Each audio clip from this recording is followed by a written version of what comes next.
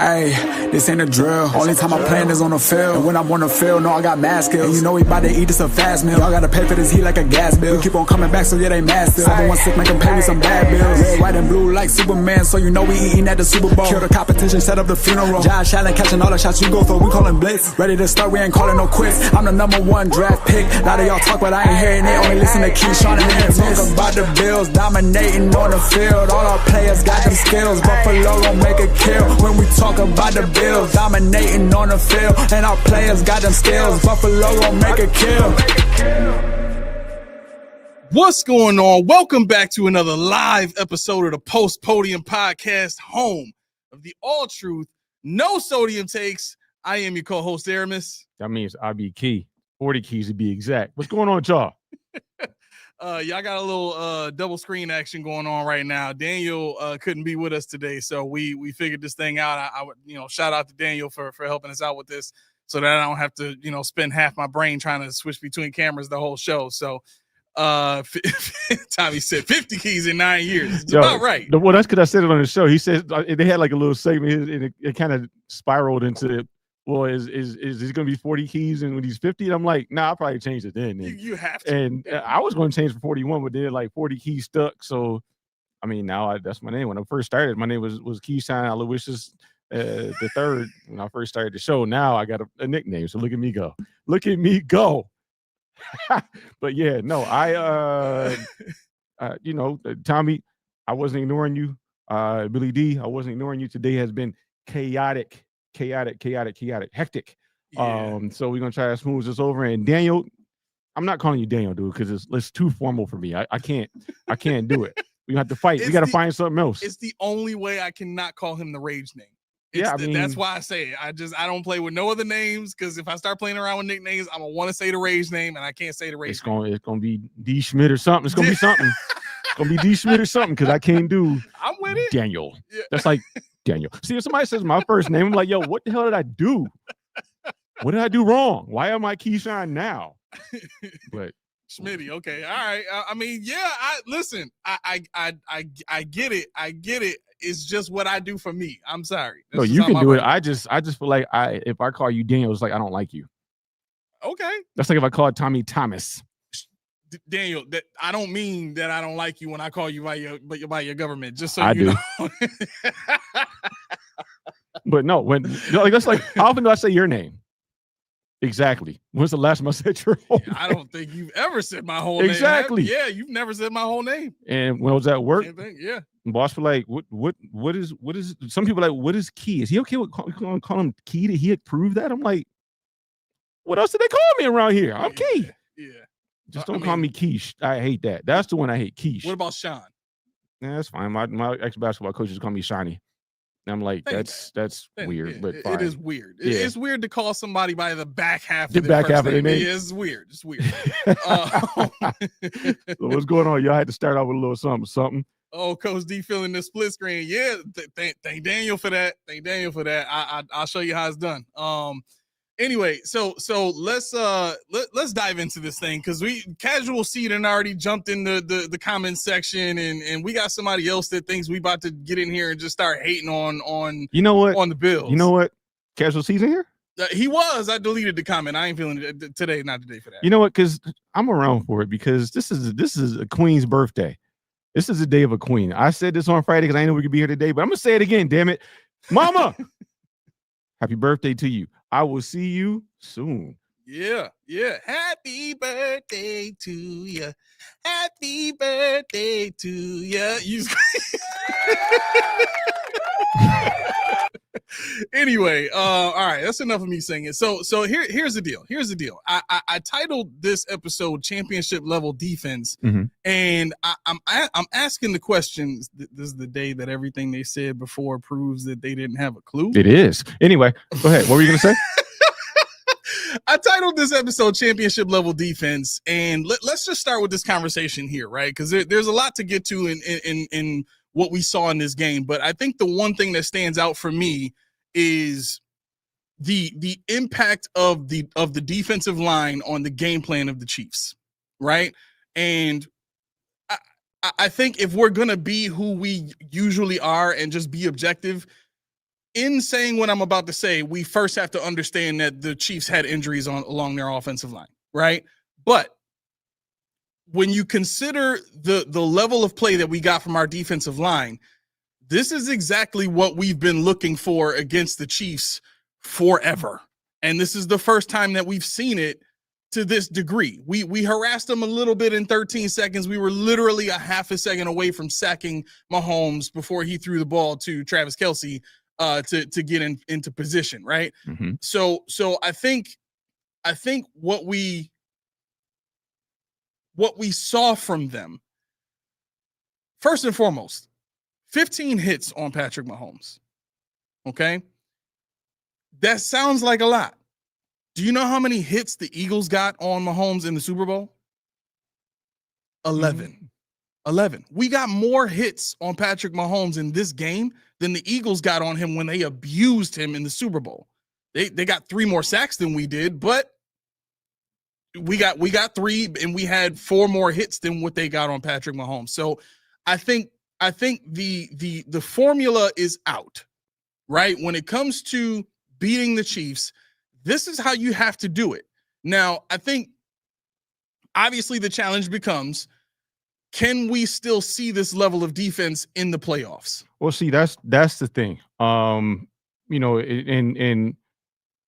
somebody said we had injuries across our defensive lines. Yes, that's true. But the thing is this, and I said on Tommy Show yesterday, it's not even that we can't beat them. It's not even that we don't know how. It's that when we play them in the playoffs, we change everything.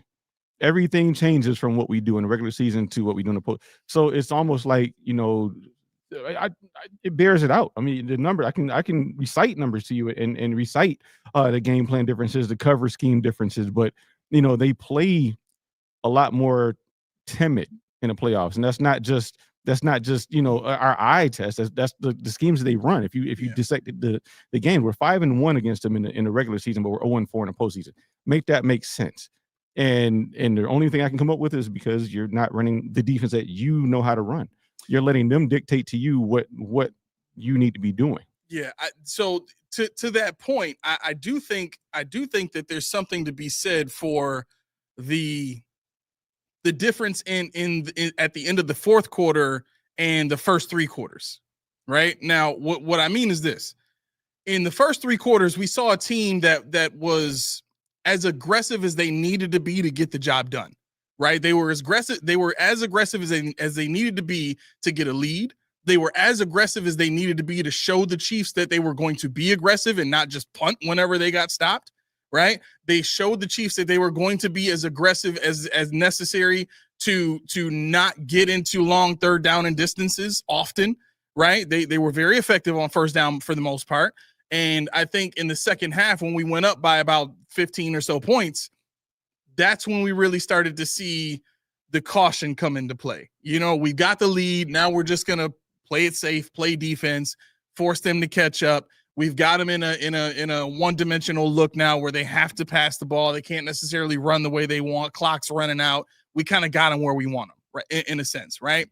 But then you get to the fourth quarter and that last drive when we tried to kick the field goal, the analytics will tell you it's the right play to kick the field goal, right? And that's fair. But I think at that point, you have a 7-point lead, and really a couple of first downs runs the clock out completely, right?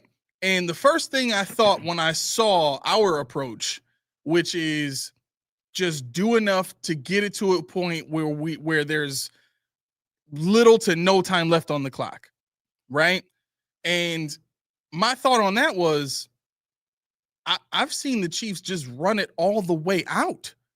Like, never mind this, let's play it safe. Like, the Chiefs usually at that point in time, they're going for it on fourth. They got a play dialed up that they can go to. They get the first down, game over. There is no let's kick a field goal and try to go up by a certain amount of points. And if we don't, then we only have to play defense for 26 seconds, which is what it ended up being. I mean, we can compare and contrast. Somebody said we doubted the pressure. We blitzed the least amount yesterday than we have all season. 10% of the snaps were blitzes yesterday, and Mark Close. Bosa had 7 pressures. Rousseau had 9. So Rousseau had the most pressures of his season and third most in his career. But no, to go back to it, the zone coverage. When they play in the postseason, they run a lot more man. When they play in the postseason, they run cover one bracket match. In the regular season, they run cover two, cover three, Tampa 2. Yep. Let's see what else we have. Mahomes in the regular season, they run soft zone, force check downs, limited explosiveness, but in the postseason they spy him and they try to get edge pressure. See what it's like night and day. Every time we're talking about what they did in the regular season versus what they did in the postseason, it's like Mahomes becomes this completely different person. They think, he might, but the thing is, when you are only equipped to play one way that got you there, and you have Josh Allen and now James Cook and and Kincaid possibly and whoever else wants to show up. Yeah, I take those odds. I take the chance in the shootout. Yeah, because the defense is going to slow them down enough where they'll score, but they won't score plenty. And if we can put up 30, we should win that game. And against the best team in the league, finger quotes. What's the problem with putting up 30 on a defense as giving up 28 points or whatever to an offense when your defense is supposed to be really bad? Right. I think one of the biggest cautionary tales that we need to take from this game is week 1 with the Chiefs, right? The Chiefs got ran on like nobody had seen the Chiefs get run on in a very long time, right? And at that point, I don't think they had Derek Nottie playing. I think he just recently came back onto the team. I don't know if he was hurt or whatever the case was, but that week 1 game against the Chargers, where the Chargers basically did whatever they wanted to do.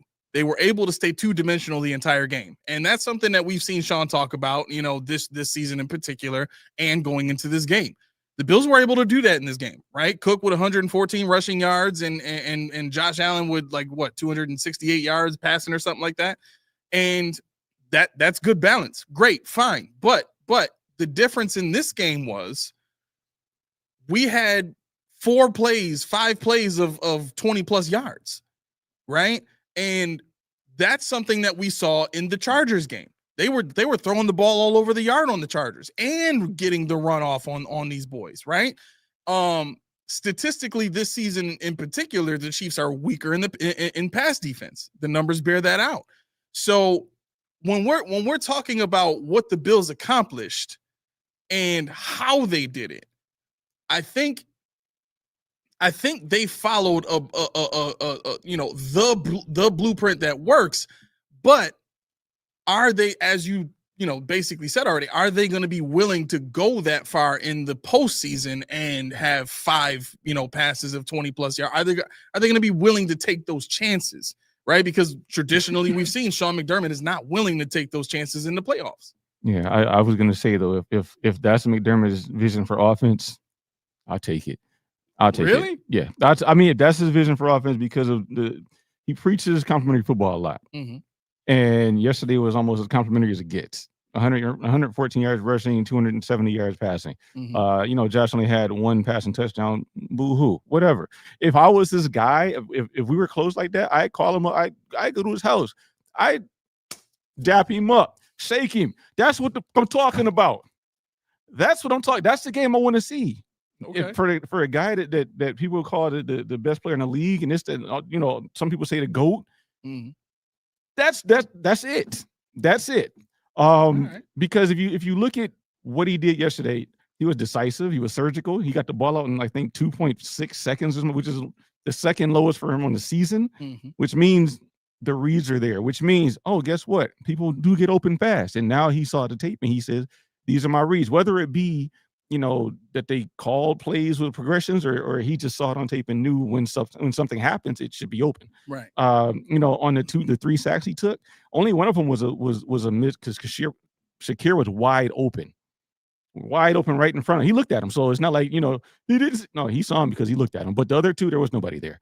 So if I'm looking at Josh Allen in the way he played, the way he led the team yesterday, do more of that.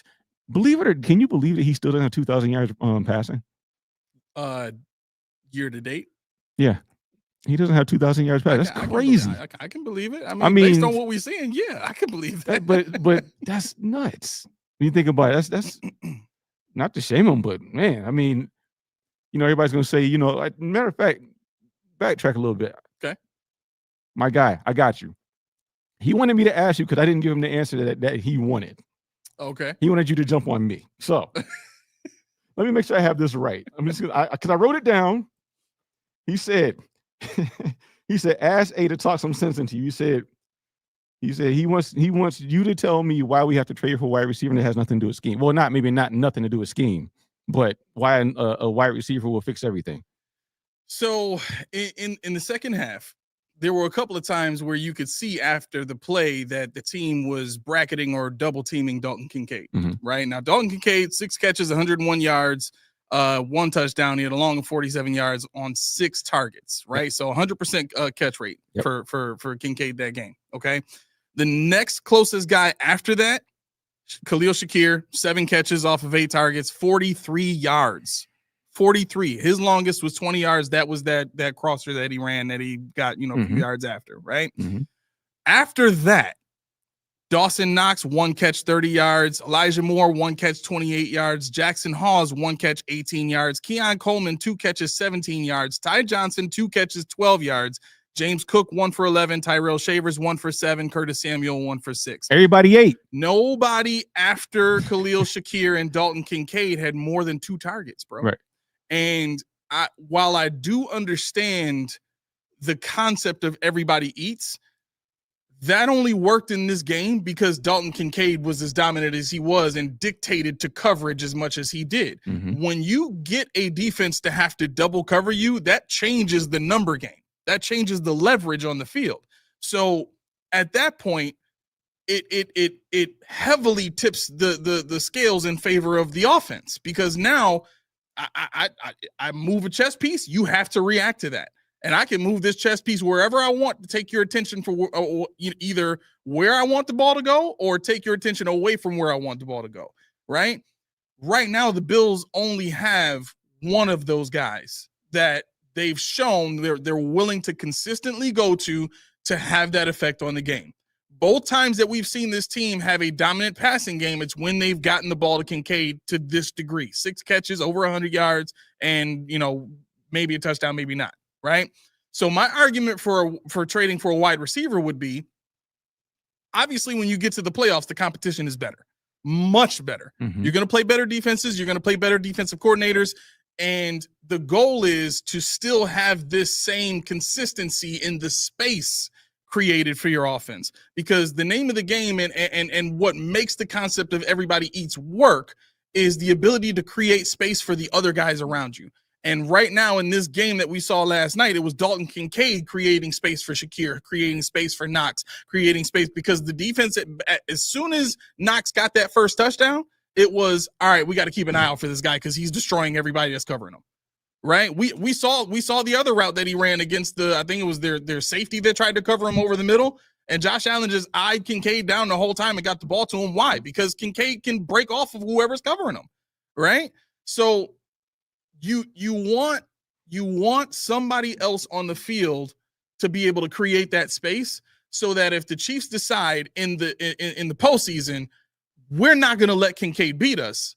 Okay, that's fine. You got Kincaid? All right. Now you got to worry about insert name here, Jacoby Myers. Now you got to worry about Jerry Jeudy. Now you got to worry about Rashid Shaheed. Now you got to worry about Chris Olave, whoever you want to put in that place. But if they take away Kincaid right now and we don't trade for a receiver, who's left? Yeah, I mean, who's going to go off? Well, I get that, but for me, when I think about the offenses, how we're running it, is not even the receiver to me. I mean, sure, I would like to have another one, but when I look at the concepts they run, everything's short. Everything's short. Why is it that Palmer was good in the Charger land with the separation? Why ran a lot of deep stuff? Why is it Elijah Moore? We don't run any deep stuff, so that everything is compressed. Well, so, Elijah Moore is more of a route runner, though. Like well, I'm saying, if you show separator, see, that's the thing. If you show the propensity to run a deep route, which they don't, that opens things up in itself. I mean, to me, everybody eats. Yes, it's cool. No, Gabe Davis not to the rescue. Do not do that. But no, trying to start a fire in here. Yeah, I mean, I mean, we're looking at Shakira, who had the worst EPA on the team yesterday in terms of receiving. We're looking at a guy who has 7 catches, 43 yards. Yeah. why are we not getting him intermediate? Why are we not doing? Is it because he can't do it, or is it because you don't want to? And see, that's what I don't understand. And I get the receiver. Of course, I was on board with Brian Thomas Jr. or whatever the case. Got to be young. I was on board with that.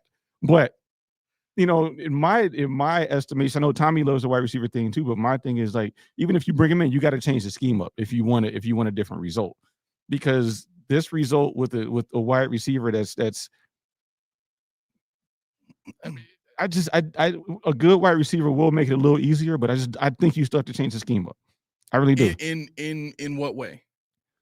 Like just run more air raid, or not necessarily air raid, but you gotta show we don't even threaten it. We don't threaten anything deep. I mean, how many deep throws have we had this year? We're only hitting 16% of deep throws anyway, but we're not throwing them. 2.6 seconds. Everything is a West Coast short thing. Sure. So in my estimation, yes, everybody's going to gravitate towards somebody. But if everybody else is running these congested routes that we've seen, when we watched the Chiefs game yesterday, why were they getting separation? Because somebody's running right down the middle of the field. Mm-hmm. Every time, it was Hollywood Brown, it was Worthy, whatever the case may be. I mean, Harrison was right with them, but they were doing it, and it opened up a gap somewhere. We're watching guys cross and watching guys rub and watching guys short out, but the linebackers are all sitting there chilling. You got the safeties and cornerbacks on what's area to cover because we're not using the area. Mm-hmm. So my thing, when I look at all 22 and when I look at what we're doing, it's just too congested. And I would love to see what made Elijah Moore good at Ole Miss and why people thought that he was being miscast and not just part of the problem. Why was Josh Palmer, effective where he was? And people will say it was Keenan Allen and whoever the other guy was, but they'll say it's them. But I mean, there's a level of effectiveness regardless of who they're with if you scheme them open, which is what we see other offensive coordinators do. Yeah. So my only pushback on that, and I want to touch on Elijah Moore really quick though too, before I get to that, because Elijah Moore in with the Jets was the number 2 receiver. Mm-hmm. You know what I'm saying? And in Cleveland, he was a number 2 receiver also, mm-hmm. across from Jerry Jeudy. So he's been in better positions, I would say, than Josh Palmer has, from the standpoint of being counted on to win one-on-one, win down the field, win on the outside. I honestly believe that Moore right now is suffering more from not having the playbook 100% down rather than not being able to do the job. You get what I'm saying? I think for what the Bills need underneath, they need a speedier guy to separate faster. I mean, we've seen that that's an issue for Josh. So if you get Elijah Moore and Khalil Shakir on the field in this system, now you got 2 guys that are fast that can separate and get quicker separation. That still allows you to keep Keon Coleman on the field. Yeah, you know what I mean? I think that's exactly what I'm getting at. Like, I'm not saying it won't help. Yeah. I'm not saying that might be the remedy, but my thing is, like, we're sitting here and not you guys, not us even, but people sit here and blame, everything under the sun when, like you said, be creative. Put Keon, put Shakir and Moore on the field at the same time. Put them in the slot, whatever the case may be. Cross them up. Yeah. Get creative. And that's my indictment on Joe Brady. Joe Brady's not utilizing them right. He's not recognizing what they're good at. He doesn't know strengths and weaknesses. He's just out there. It's almost like he's going through the motions. And I know. You see your face. They see it double time now. Yeah. You can see it. Exactly as you're saying. But yeah, it's. I could see if, like, we were like, oh man, if we had that, this would be open. If we had this, that would be open. But it's like now it's open, but it's not open fast enough, or it's not schemed right, and it's like. Okay, I get what you're saying, and I think we agree there. I think because really what you're touching upon now is that's the end game of it all, right? We can sign whoever we're going to sign. The question becomes, are we actually going to use them the best way possible? Because the Bills have shown now that they're not willing to put Keon Coleman in the slot, which is his best usage, or, move Khalil Shakir around in a similar fashion to how Amon-Ra St. Brown gets moved around. They don't want to use the pieces they have the way that they should. So why should we think that they're going to go and trade for a guy or sign a guy off the street and then bring him in here and use him the best way possible? which is a great point. And so I would say this. I would say this though. I think in the fashion that we saw last season, where can we really say with all certainty that the Bills used Amari Cooper the way he needed to be used? You know what I'm saying? I think just having him on the field created that space, right? So my hopeful contention, right? Because there's a level of hope for this that I do have, where if just go get the name. You know what I'm saying? Just put the name on the field. Just let him stand there and block. Who cares? Brian Thomas Jr. Right. Insert name here. It doesn't matter. What you need right now is a name that teams respect in the same way that they respected Cooper. When you put that guy on the field, it instantly changes the coverages. Instantly. Now you're in a position where you've got a guy that's got a bigger name than Kincaid. Kincaid may eat more. You don't know. You know what I'm saying? That's everybody eats for real. Yeah, exactly. That's everybody eats. Exactly. And that's where I think, we kind of, dude, what is Casual C talking about? Don't worry about it. He's a rockhead. He's a rockhead. Somebody get him out. No. Let him talk to himself. Let him talk to himself. I'm not a fan of that. I'm not a fan of it at all. Hey, he's got like 9 more aliases. I don't have time to go to ban all these aliases. That's how you know you're a professional troll. Yeah, I mean, he's got. If you ban that one, he's got another. Probably. One. So what's the point? Just let him talk to himself. Shows how much he loves us. It does. But yeah, I mean, so I guess for me, it just make the move. Even like I looked up. Let me see. So if the Bills, Bodega Cat sold Bodega Cat. Jags not trade. I know, yeah, and that's because Travis Hunter. Really? 2 first rounders? What are we gonna do with them anyway? You can draft Kyer Elam. You gonna draft Skinny Brian Thomas Jr. Skinny BTJ. So the Bills have 2 players that they can restructure right now without having to extend these guys in order to make some cap space, right? And that's Taron Johnson for about $3 million and Daquan Jones for about $4.5 million. That can free up about $7.5 million. I think we are at what, like 2? Yeah, we're worse in the league. Yeah. Let me see. Actually, I think it was like 1 point something. Where are we now? So I believe no. 1.67. No, Laura. No. It's okay. It's okay. It's fine. I don't know what your strategy is on that, but I'm trusting it, bro. It's no strategy. I just want him to talk to himself. He's trying to get a rise because he's illiterate and probably a little lame because he said, I guess you guys are going to talk about how something about Cole Bishop and how bad he was as a third. We never said that. That was Jim I said that Cole Bishop was miscast because Taylor Rapp has no business on the field. I said I wanted to see him and Jordan Hancock together. I've been saying that forever. Everybody that watches the show that has any kind of brain knows that. They've heard it. Oh, there we go. What's that? They just restructured Taron moments ago. Okay, so they getting ready to make a move. Oh yeah, for sure. They have to. It's not gonna be something that it's relax. There it is. And relax, folks. Casual C, just so you know, me and Steve Noble go back. Steve Noble is one of our day ones, man, straight up. So yeah, I don't know why you think he coming at us because that ain't the case. All right. So, what were your thoughts on Max Hairston in this game?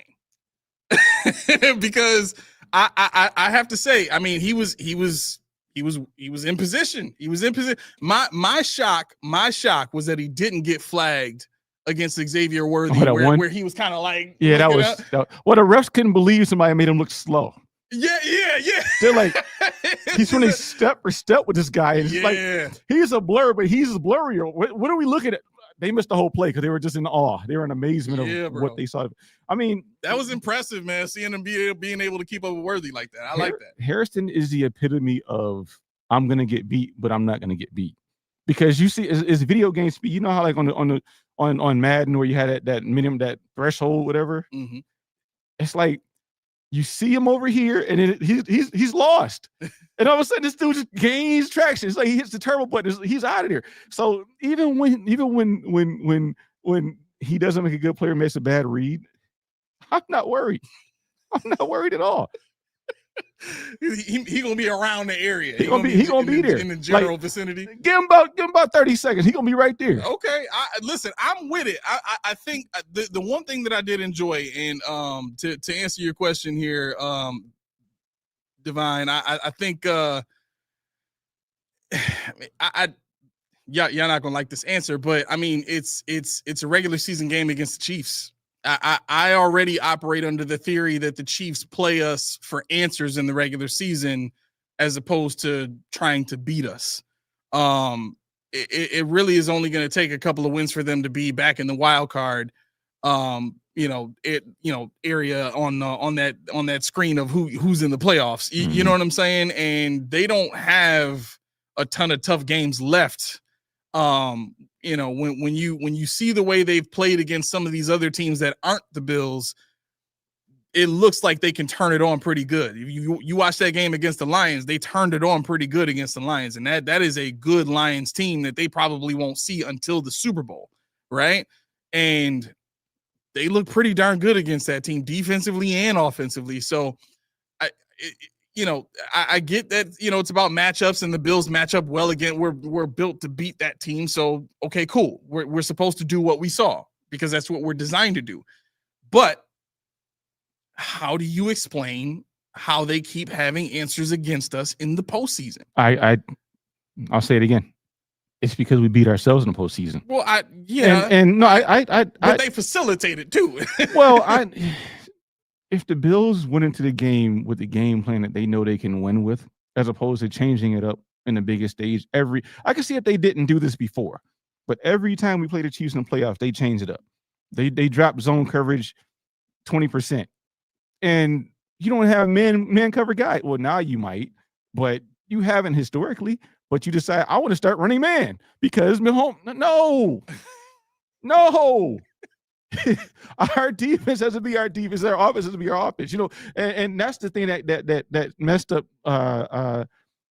this defense under Babbage and Nielsen.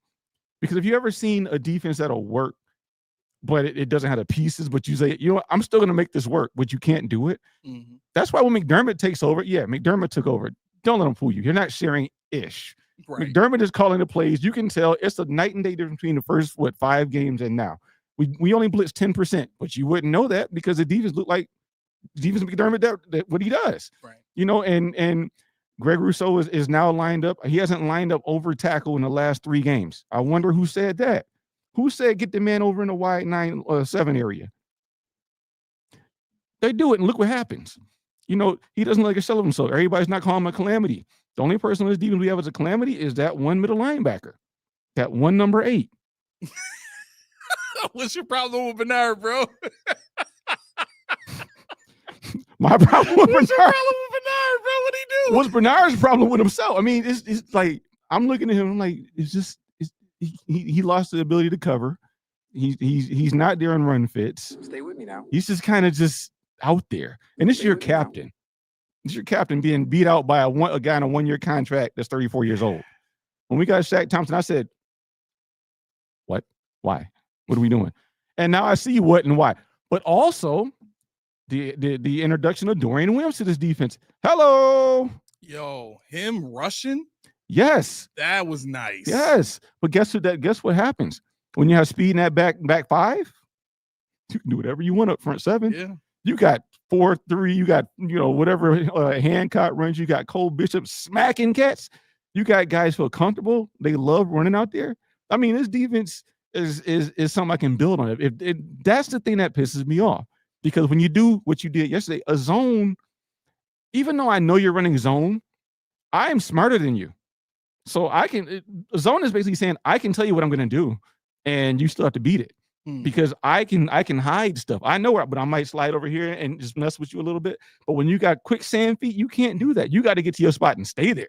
Yeah. Now you got guys who can disguise things, so you have to cultivate that. Yeah. So going forward, and when we meet the Chiefs again in the playoffs, because they will be there somehow, some way, when we play them, whether it be home or away, you have to do what got you to the dance.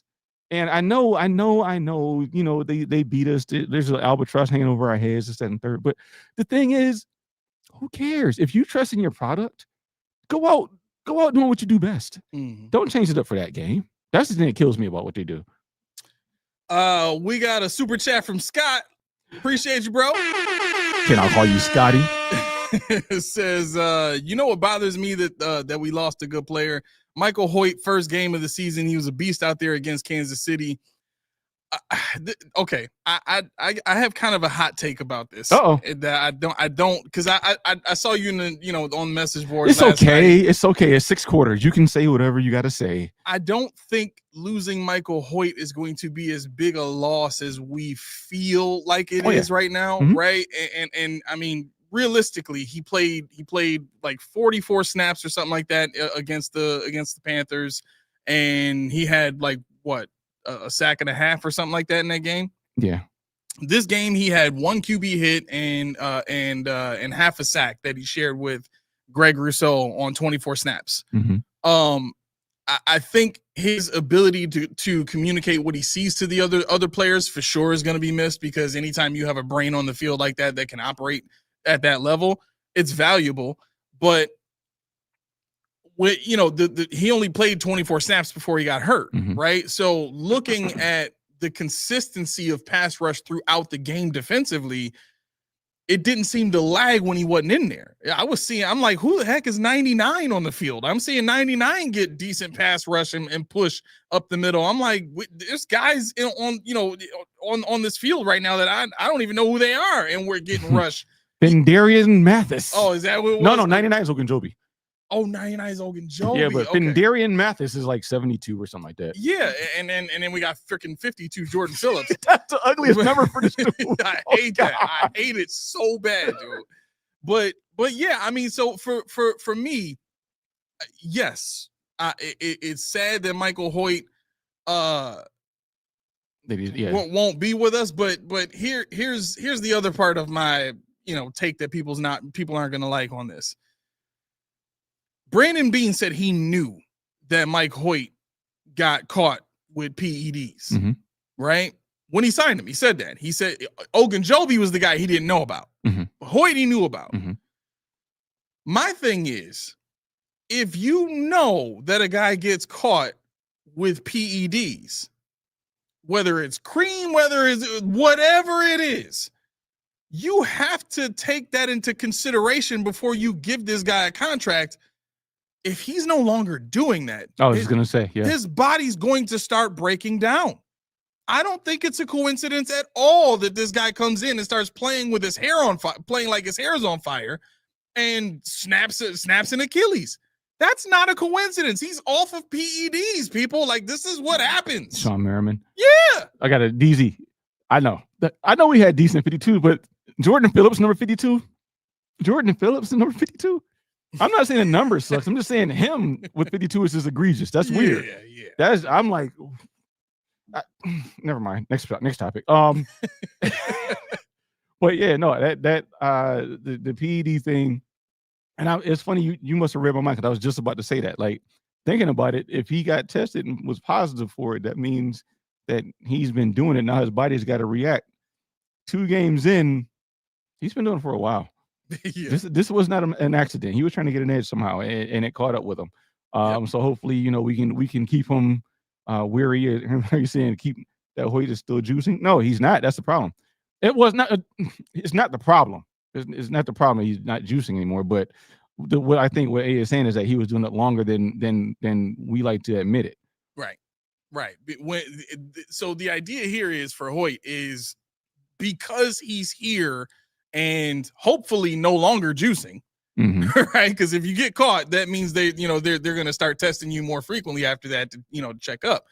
But if he's no longer juicing, that means his body is going to start to break down, because that's what happens after you stop, right? That's why you brought up Sean Merriman. We got Sean Merriman here hoping that we can get him after he's been injured for a while and he's had time to heal up, and he came here and his body just couldn't do it, because PEDs cause your body to break down faster over time. Right. And that doesn't, you don't recover from that. That doesn't just come back out of nowhere, especially when you just got caught the season before.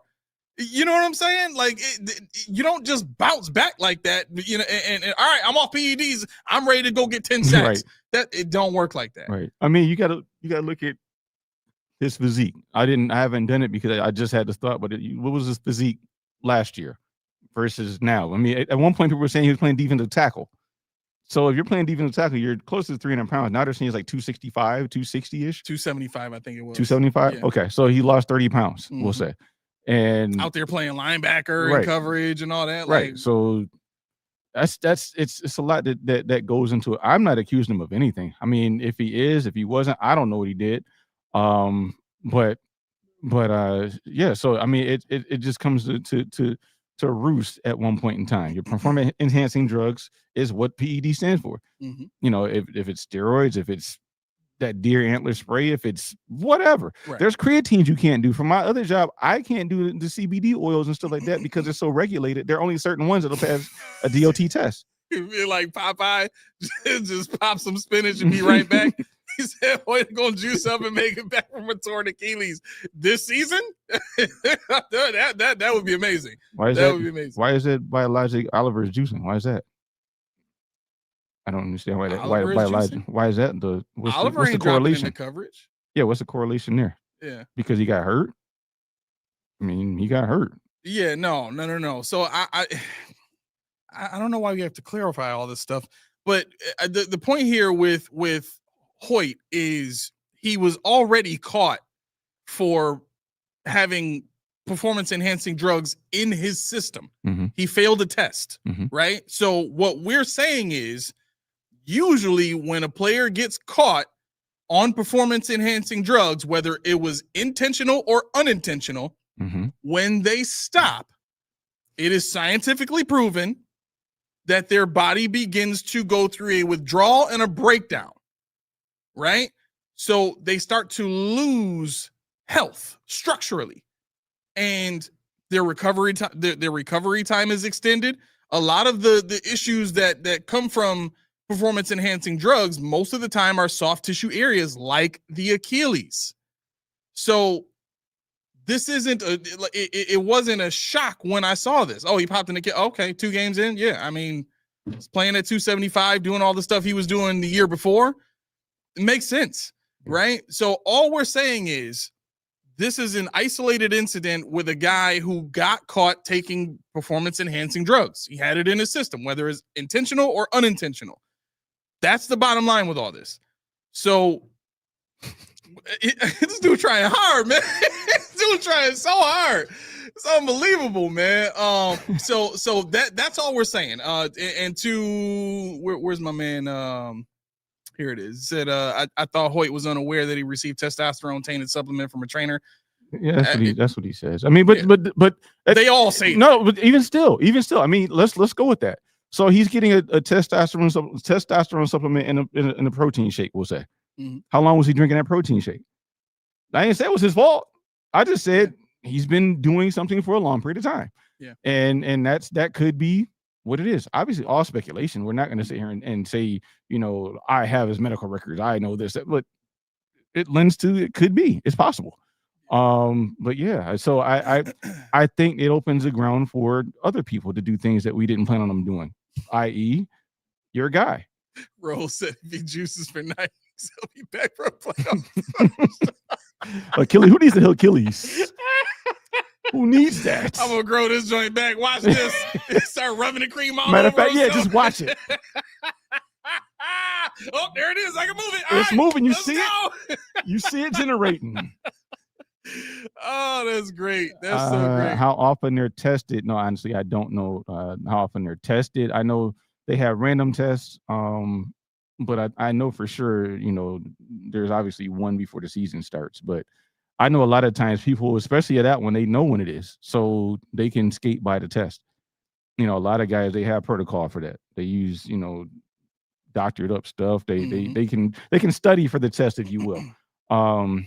Yeah, I did see that, Tommy. That was like some real man stuff right there. Like he felt it pop, and he took a couple of steps, and then he was like, "Screw it, I'm gonna go anyway. Like if this is gonna be my last play, I'm gonna just go hard." Like, I mean, yeah, the thing about these people is these collard greens working. Collard greens.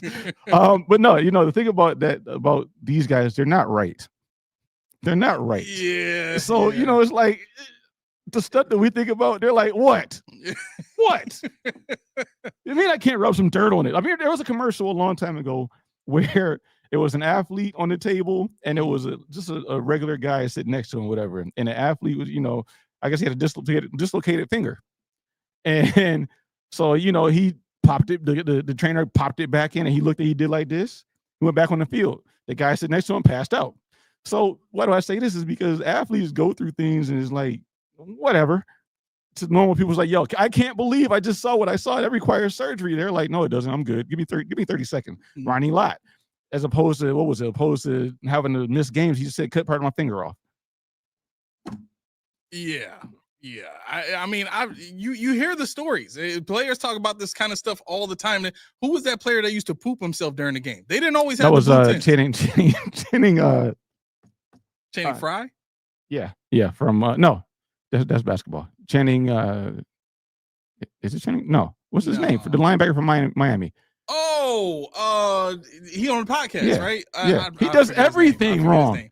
Yeah, he used to poop himself during the game. Channing Crowder. Crowder. There it is. Thank you, ATL. Like this is before they had the blue tents out there. Like, and there was another player like back in the 80s and 90s that used to do that too. Mm-hmm. Just poop himself right on the sideline and just keep moving. Mm-hmm. Oh, it stink? Okay, good. That means you'll stay away from it. Exactly. Mm-hmm. Exactly. Yeah. So it's war. Thank you, Billy D. It's definitely war out there. It is war, and that's the thing people don't realize. I had that in my notes, but I guess I'll touch on it right now. Dorian Strong, man, that's tough. You know what I mean? Dermot, he said that it doesn't look good, and he didn't want to talk about it, but from all accounts, Joe Buscaglia said that this could be career-ending. I don't know what it is. I don't even know. What? Yeah, I don't. It didn't happen on the field. I don't think we didn't see anything. I don't know what the circumstance around the injury was. Practice. Yeah, it had to be. But what the hell were you doing in practice to just get your stuff rolled upon or whatever the case may be? Yeah. But I mean, this is more than football though. You're talking about a 23, 24-year-old kid's livelihood. If he doesn't have kids already, he's going to have kids one day. He's going to want to play with them. He's going to want to live a normal life. Right. So we pray for a speedy recovery and whatever that looks like for you. Was rap involved probably. But and what really sucks is the fact that you accomplished a dream. You grew up and you wanted to be a football player. I'm sure that's all you wanted to do. You probably one of those kids that slept in your favorite player's jersey holding a football, like Ricky from Minister Society. But no, that's not right. But anyway, Boys in the Hood. But yeah, I mean that's but Eric Wood, didn't he break his neck or have a crack something or other vertebrae? I think it was like a crack vertebrae or something like that. Yeah, I mean that's we don't know what happened to Strong. It just happened. And all of a sudden he's on IR. And to this day, we're still sitting here thinking about what's his life look like. This is insane. Yeah. I mean, that definitely explains Dane Jackson being called up too. Mm-hmm. Taron Johnson's down, Dane Jackson gets called up, but I mean, going forward, unless the Bills are making space to try and sign Asante Samuel Jr., because I know the reports were that, his neck should be nice and healed up somewhere around this time in the season. And the Bills have been keeping tabs on him. And, they brought him in for a visit. I don't know. But I know that was the guy that the Bills were keeping an eye on. Not Dane Island. Yeah, definitely not. You know who Eric Wood always reminds me of that kind of makes me sour about the idea of Eric Wood in general. Remember when we drafted Eric Wood and Andy Levitre in the same draft? I do. You loved it, bro. And then we let Andy Levitre go for a difference of like $2 million a season average salary because he wanted to get paid. And because at that point in time, the Bills didn't feel like paying, a guard that much money because it hadn't been done in the NFL yet. They didn't want to reset the market. The run game that we had with those two guys on the left side of the offensive line, we haven't seen anything like that since. I mean, maybe we're getting that, now with Torrance and Brown, but that center guard combination right there with who played left tackle next to them. Let's see. That would have been. Let me see. I have to look it up. See if I can pull this back from. But yeah, no, Eric Wood. Yeah, that was. What's up, Mikey? Yeah, Eric Wood was degenerative. I think. It probably was like stenosis or something. I'm really being because of because he lost weight. He looks good. He looks good, but when you lose some strength, you lose. Was it Jason Peters? Was it that? Ooh, Jason Peters might have been gone by that point, wasn't he? I thought so, but Eric Wood. Why are we guessing? I thought you were looking it up. Oh no, I went off on a tangent. Oh, okay. So surprisingly enough, I thought this was kind of surprising, right? So the where is this at?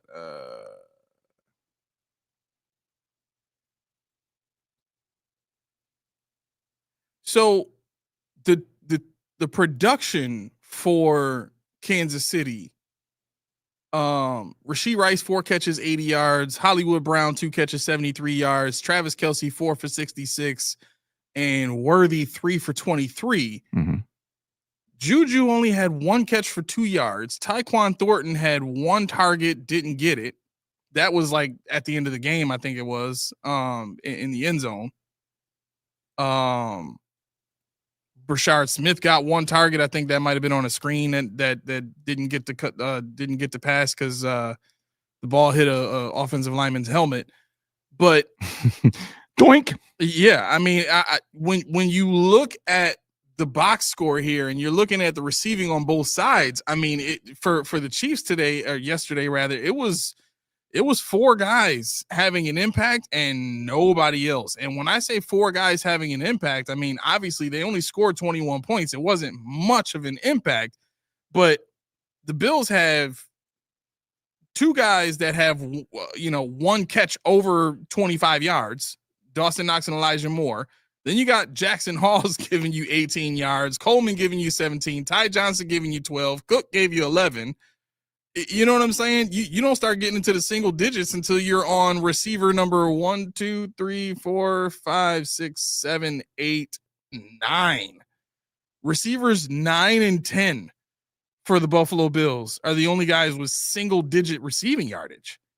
Granted, it was only 1 target, for a few of these guys. Coleman and Ty Johnson were the only guys that had more than 1 target other than Khalil Shakir and Dalton Kincaid. But the ball was spread around a lot, and these guys all had an impact, a real impact. Big play from Dawson Knox, big play from Elijah Moore. Jackson Hall's got the little, flick to him that he took for additional yardage. Mm-hmm. I think the difference in this game was when our players got the ball in their hands, there was either enough space downfield for them to catch it, or there was enough space underneath for them to catch the ball and make moves. Right. So every time one of our guys caught the ball, it was big play down the field, or we're making things, we're threatening, I guess. You know what I'm saying? In some way, shape, or form, all of our pass plays seem to really threaten the defense in a way that naturally causes a coordinator and causes the defensive players to have to chin up, heads up, pay attention. Mm-hmm. Right. And the answer to your question, Demetrius Bell. Demetrius Bell is left tackle. When he was drafted, his name was spelled Demetrius. Sure. Sure. I don't know who spelled it like that, but anyway. Yeah, I mean, Demetrius Bell was who was the left tackle, and I mean, sure, that line was great. No, I think with Demetrius 9 spelled exactly like that though. Demetrius, like mattress.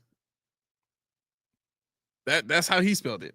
I mean, that'd be different. I mean, my name is different too. I ain't gonna lie to you. Oh, it's Demetrius. No role. Gabe did not have a target. Hopefully, he has no targets at all the rest of the season. But speaking of Gabe reactivated his knee, great. Good. But no, I forgot what I was going to say now. Oh yeah, speaking of targets. Yeah. I mean, it was precision. Like, you know, the team really looked like an offense yesterday. You know, it looked like it was uniform. You know, throwing darts all over the field.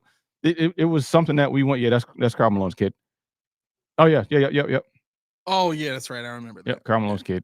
Well, that he doesn't really want to say it is, but it is. He finally said it like a couple years ago.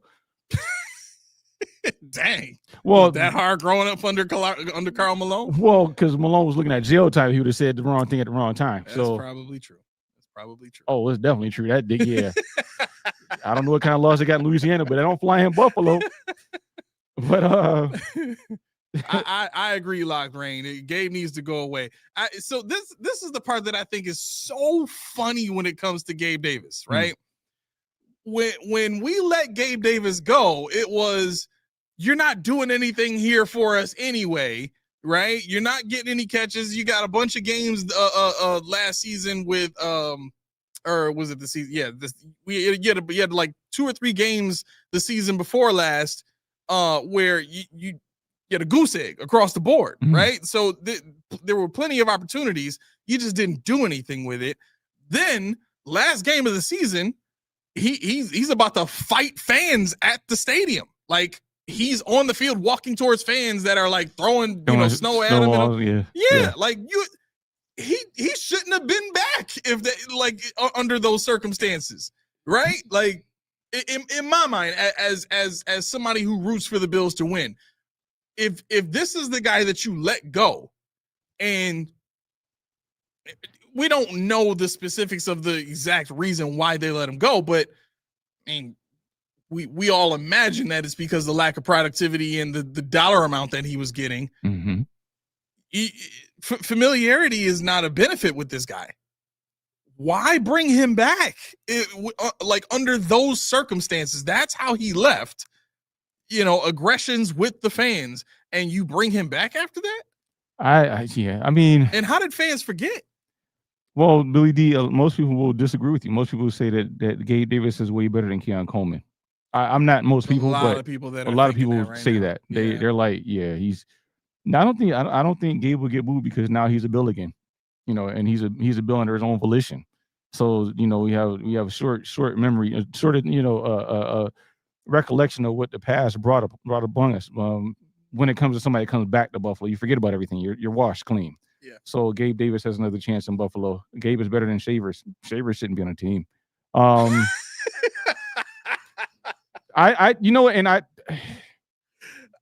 don't want to be that guy, but Shavers. I mean, now we're seeing why I say that. You know, he's on the field. He started. You know, and he gave one catch for 7 yards, something like that. This past game, yeah, I think it was 1 catch, 7 yards. Yeah, 1 catch, 7 yards, and he. I mean, that's not going to be the guy that defense like, oh snap, 14's like, wait, that's Timu 14. That's not Diggs. That's the other guy. He's tall and skinny, like not him. But you know, it's just a kind of player and a kind of system that just doesn't make any sense. Yeah, and that's what drives me nuts. It doesn't make sense. And even still, now we're pissing off Josh Allen because Josh Allen. I don't know if you know this or not, but James Cook, he's number 3 in the league in rushes from snaps under center. And where does Josh Allen not like being? Under center. James Cook's getting 89% of his snaps from Josh being under center. So if that's not a tell, I don't know what to tell you, because there's a reason why, he's Timu 14. There's a reason why Shaver's like a tight end. He's a gaunt tight end. It's kind of slender. I mean, but yeah, I mean, there's a reason why Josh's numbers are lower than he's used to. But there's also a reason why his percentage is way up. There's a reason why, you know, his sacks are still low. There's a reason why he's not throwing as many interceptions, because this tight knit, you know, quick timing offense that he doesn't really care for is working to a degree. It's just not working to maximize what he can do. Right. I wanna say something that might be inflammatory. Uh-oh. And I mean, the chat is already kind of volatile, right now. Would be, between people trying to boo us and troll us and all kind of stuff. First and foremost, a win is a win, and I get that. But did it seem to you as if the Chiefs weren't really going all out as much as the Bills were to win this game? No, not really to me this time. I mean, because they don't have the usual soft landing. Right now you're fighting for your life to be in the hunt. You're for all intents and purposes not going to beat Denver to win the division. So they're trying their hardest or the hardest they think they are to stay afloat. So I don't think that they came into Buffalo yesterday with the same arrogance and moxie that they usually do when they play us. I think they really went that game trying to win it because they need it. I don't know what their schedule looks like after us, but it's got to be they had to have won it that game. So I'm going to see if I can find this this stat from last year here.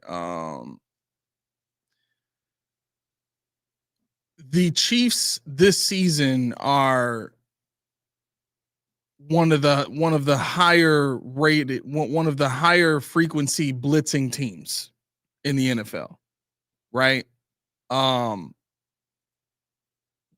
By pass rush, by just normal pass rush without blitzing, they're 15th in the NFL right now. I don't know what they are right now after this last game, but going into this last game, they were 15th in just straight up pass rush, right? So their pass rush is definitely not what we're used to seeing. And it wasn't last night. I mean, Josh Allen, there was a lot of times where he had plenty of time. Mm-hmm. But the one thing that we didn't really see a ton of is those good old Spagnolo blitzes that destroy plays for Josh Allen, right? And I think the worry here is we've seen what an aggressive blitzing game plan can do from when the Falcons did it and when the Patriots did it. And both of those teams have better coverage scores and better coverage ratings and better statistics in their pass defense than what the Chiefs had, right? So that was one aspect of it that got me into, kind of thinking that, it's a regular season game. The Bills kind of always win these. And even last year, I mentioned that it did kind of seem like the Chiefs weren't really going all out. I haven't had a chance yet to go and listen to, Andy Reid's press conference or Mahomes' press conference. But if you go to theirs last year, they do seem very ho-hum, like it just doesn't matter. And, we'll see them in the playoffs. No big deal. Right. And what they do last year, they beat us. Mm-hmm. Right. The other part of this is Pat Mahomes is their leading rusher this season. And he didn't really break out very much during this game at all. But when you go back and you watch the tape, and you can confirm this too, because you watch it like 2 or 3 times at least. Yeah, I do. Pat Mahomes had opportunities to break out, and he just didn't. He stood there and he kind of backed up and then just whipped it out there to who he thought was going to be in that spot. And I think Travis Kelce happened to be in that one spot that one time, and the other time was to Worthy down the field. So I think a lot of it had to do with the opposite of what Atlanta did to us. Atlanta pinned their ears back and blitzed the hell out of us. Mm-hmm. And like I said, yesterday was by far the least amount of blitzes we've run. So I think Mahomes was kind of thinking we were going to come, but we never did. So I think the looks he thought he had based on what he saw on tape weren't there. I think that's a lot of what happened yesterday in terms of why Mahomes wasn't on this game. He thought he was going to get something that he just didn't. Okay. And that's fair. But if we're, do you remember the play where Joey Bosa goes to pass rush and he thought it was a screen? Somebody mentioned they were talking about that. I don't remember that, but yeah. So when I see stuff like that on 4th down, Nate, yes, we did. We did mention Bishop. And trust me, I'm going to do it again too. Well, don't worry. Yeah, we haven't really gotten to like covering Bishop per se. Don't worry. Yeah, we'll get there. Don't worry. We still got a whole hour left. Mhm. So, my thing is looking at that play. I actually didn't they convert 2 big fourth down plays? If I'm not mistaken, I know one for sure. I think it was 2. Yeah, I think they converted 2 big fourth down plays. Yeah, well, yeah, and that's a good point. That's a good point. Salen, I hope I'm saying that right. I apologize. Says now can they do it when it counts? Not sure if you're talking about the Bills against the Chiefs or can the Chiefs get the 4th down stuff against the Bills when it counts? But 117-yard. Why am I thinking they had 2? At 4th and 17. Yeah. So 1 long 4th and 2. 1 long 4th and 2 long 3rd. That's what I thought. I thought it was 3rd. Yeah. 2 long 3rd downs. Okay, I thought it was 3rd. Right. So when I see those kind of plays and a team that can convert against us on long 3rd down and distance, long 4th down and distance, that says a lot to me because the Bills, for all intents and purposes in this game, were dominating the Chiefs, right? Like this was a dominant performance by the Bills, who, again, as I've said, are designed to beat the Chiefs. They are built to beat the Chiefs, which is why we struggle against teams like the Ravens and the Patriots and some of these other, very physical, punch you in the face type of teams. The Bills are not built to play an extremely, physical team that's willing to scratch and bite and do all the ugly stuff, right? But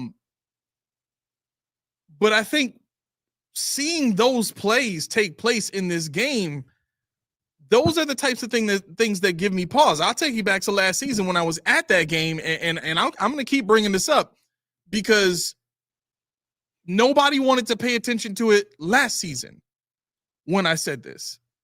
And what I said last season was you watched in the 3rd quarter when the Bills went up by 2 scores and the Chiefs got the ball back. They immediately got down the field in like 3 plays and scored on 3 deep passes, and then got like I don't remember what they did once they got in the red zone, but they got like three long passes. They got them into the red zone, deep into it, and they made they scored, right?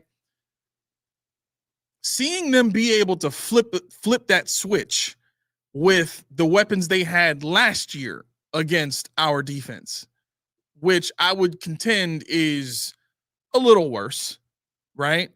They were able to do that against that defense with not the same weapons that they have this season. They didn't have Hollywood Brown in that game. They only had Xavier Worthy in that game.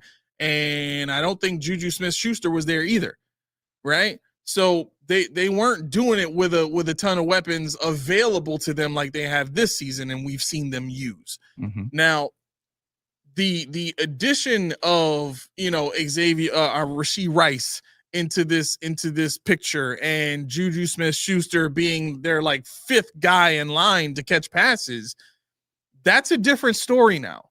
And when I was saying it last year, okay, don't be surprised when they pull some things out, because what I saw in that regular season game tells me that when they really want to dial it up, they can.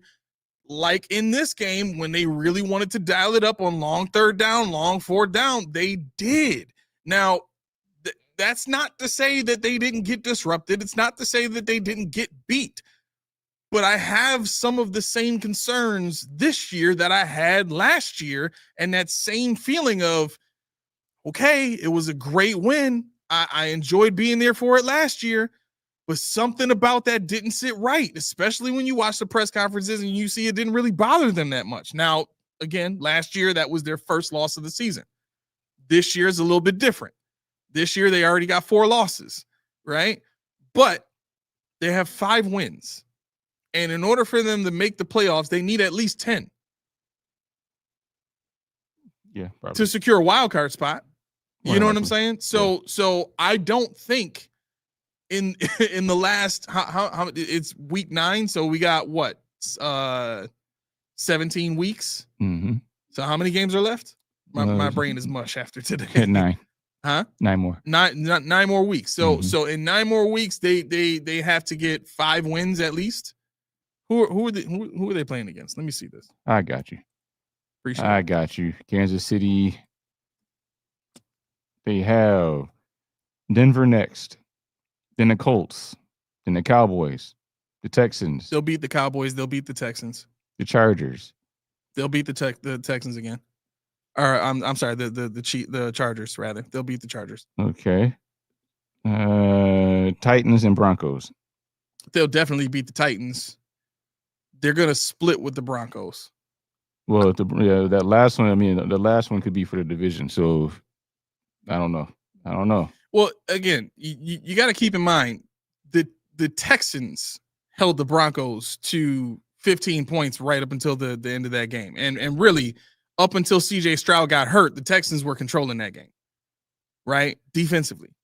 Now, I'm not sitting here saying that the Chiefs have all the same kind of pass rush and secondary that the Texans have. Texans have an excellent defense. Wait, I'm sorry. Were you asking how many games the Chiefs had or the Bills? Chiefs. Oh yeah, it's 8 for them. 8 for them. I thought you were talking about the Bills. Oh, okay. Yeah. Wait, so you just read me off the? No, I read it off right, but Oh, I was okay. thinking that you were talking about the Bills. I said we had 9 games left. I did the math for us and not them. They got a bye still. Yeah.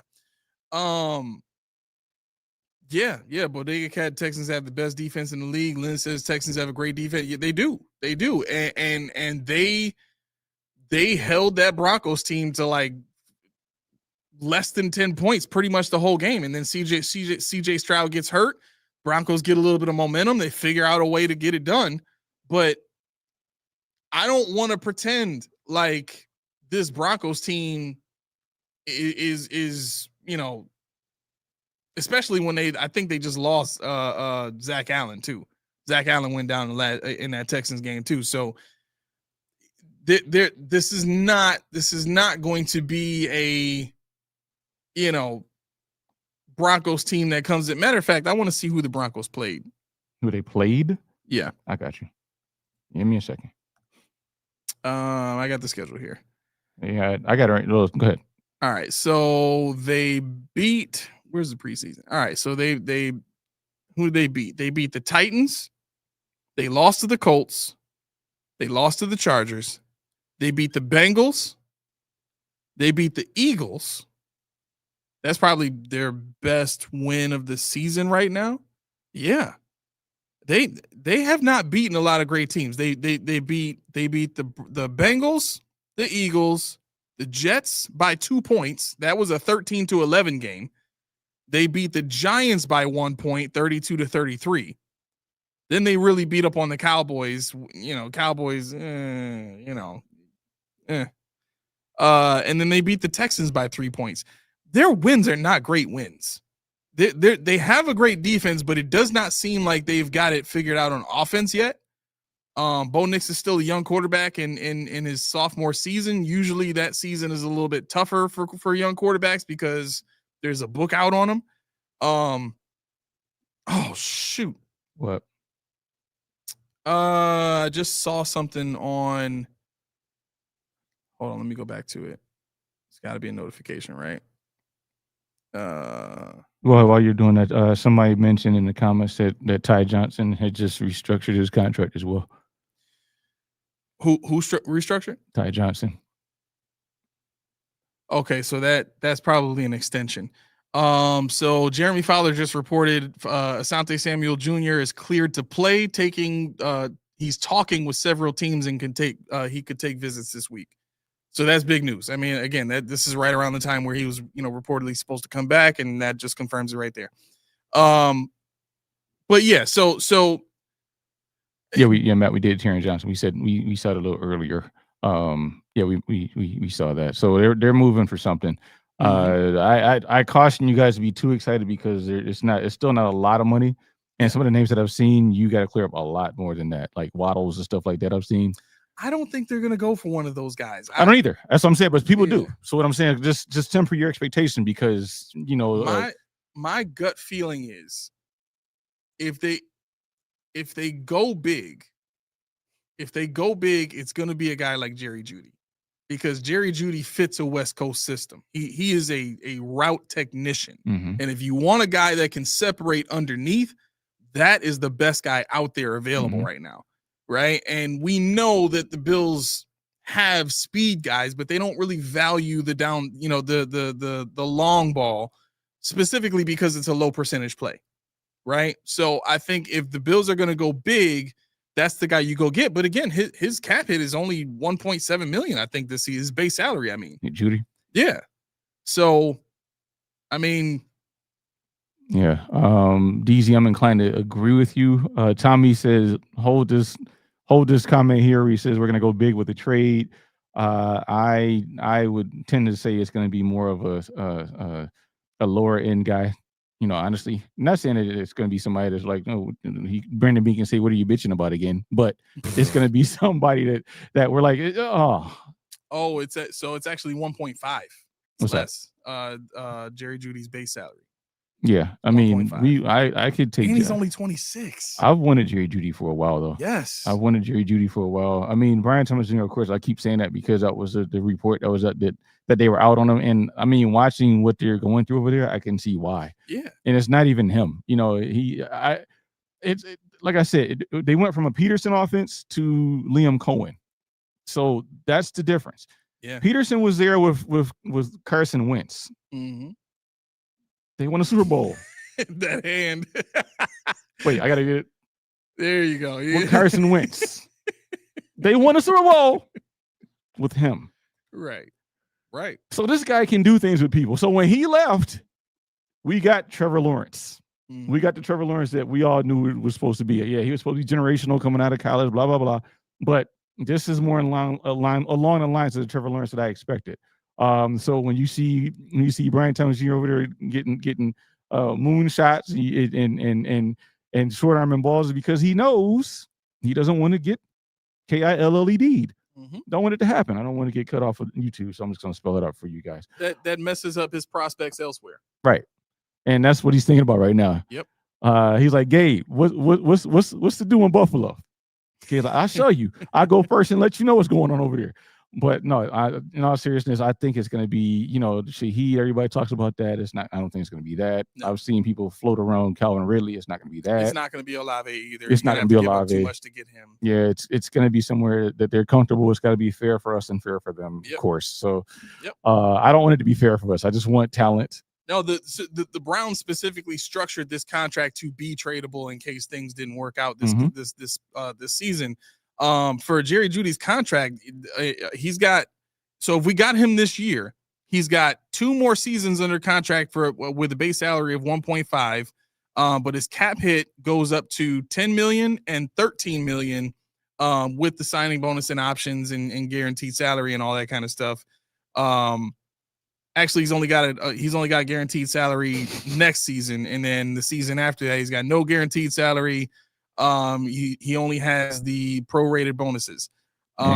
His cap hit in 2028 when he's 29 years old goes up to 28 million. That'll be the cap number, but I mean, you can easily just restructure him, or you can cut him before that and save yourself the dead cap hit. So and Schmidt said apparently Beans put an offer up for Olave and the Saints turning down. I just told you it's gotta be fair for us and fair for them.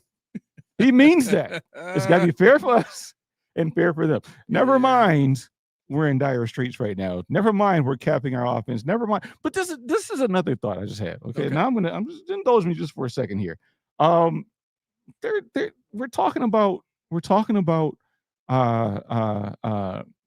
wide receivers and the aerial attack. Can somebody riddle to me? Can somebody explain to me? Can somebody tell me? Can somebody help me understand why it is that James Cook has like 15 catches in the pass game? Why is that? Why is it that we're not using him or Ty Johnson the way we did before in the pass game? I don't want to hear he drops everything because he caught more than he dropped. Ty Johnson was a man in the pass game. You want to know what I think? What you got? I think it's the same reason they didn't want to keep him in the game in the fourth quarter last season. It's what we heard it was from people on the team, which was you take him off the field because you don't want to have to pay him anymore. I mean, this is a guy who's already exceeding the value of his contract right now based off of the yardage he has and the touchdown totals he's projected to have, right? We got him by the end of the season. We're going to look back and say we kind of got him for a steal, right? And oh yeah, for sure. I'm saying that now. Exactly. I'm saying that now. So imagine what those totals would look like if we were throwing him the ball the way San Fran's throwing the ball to Christian McCaffrey. Mm-hmm. And we can. Like that's the other thing about this too. If the Bills came out in the playoffs and they started using James Cook like Christian McCaffrey, all bets are off. If they started doing that at the beginning of the season, I honestly don't think we would really be having a conversation about wide receiver. There might be some concern because you're using up your running back so much and all that kind of stuff. But if your receivers are having an impact as needed and you're whooping on teams and James Cook is the focal point of your offense, guess what? You just gave him a big contract. Why the freak not? Iro is trolling right now. He is hilarious. He said there's freeing up money for Gabe Davis extension. Yeah. And then he said, or it's to sign Isaiah McKenzie. I don't know if they're gonna be able to get him off of that white to get him out, to get him in here and get him acting right. But yeah, no, that's the thing. When we're talking about it, and Tommy said it's Joe Brady. Obviously it's Joe and it's you gotta put some of that on Josh too. Yeah. You have to. I mean, and no, that's all I'm gonna say bad about Josh. I promise.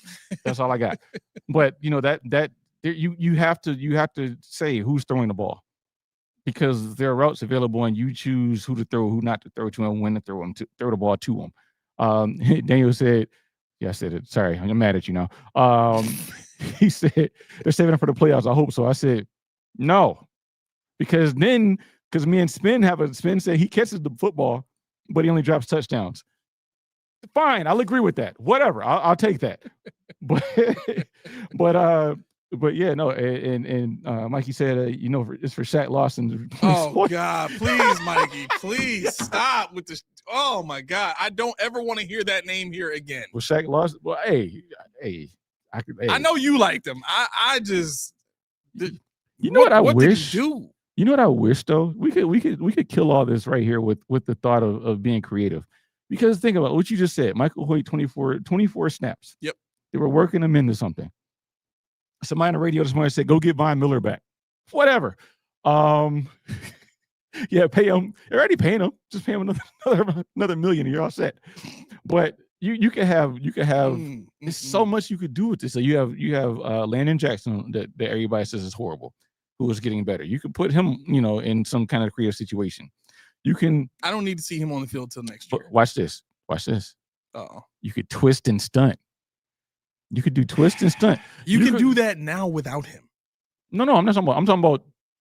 This is another point. I'm not talking about Landon Jackson. Okay. See, you so mad about Landon Jackson. I'm very upset about this pick. Like, imagine if our third round pick was a wide receiver right now. Just imagine it. Like, all of our young guys have been balling to this point. Bro, what are you bitching about?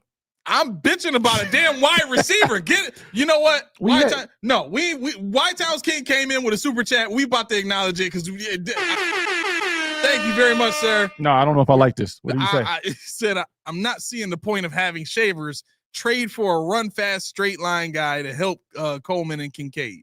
Sure. Okay. At wide receiver.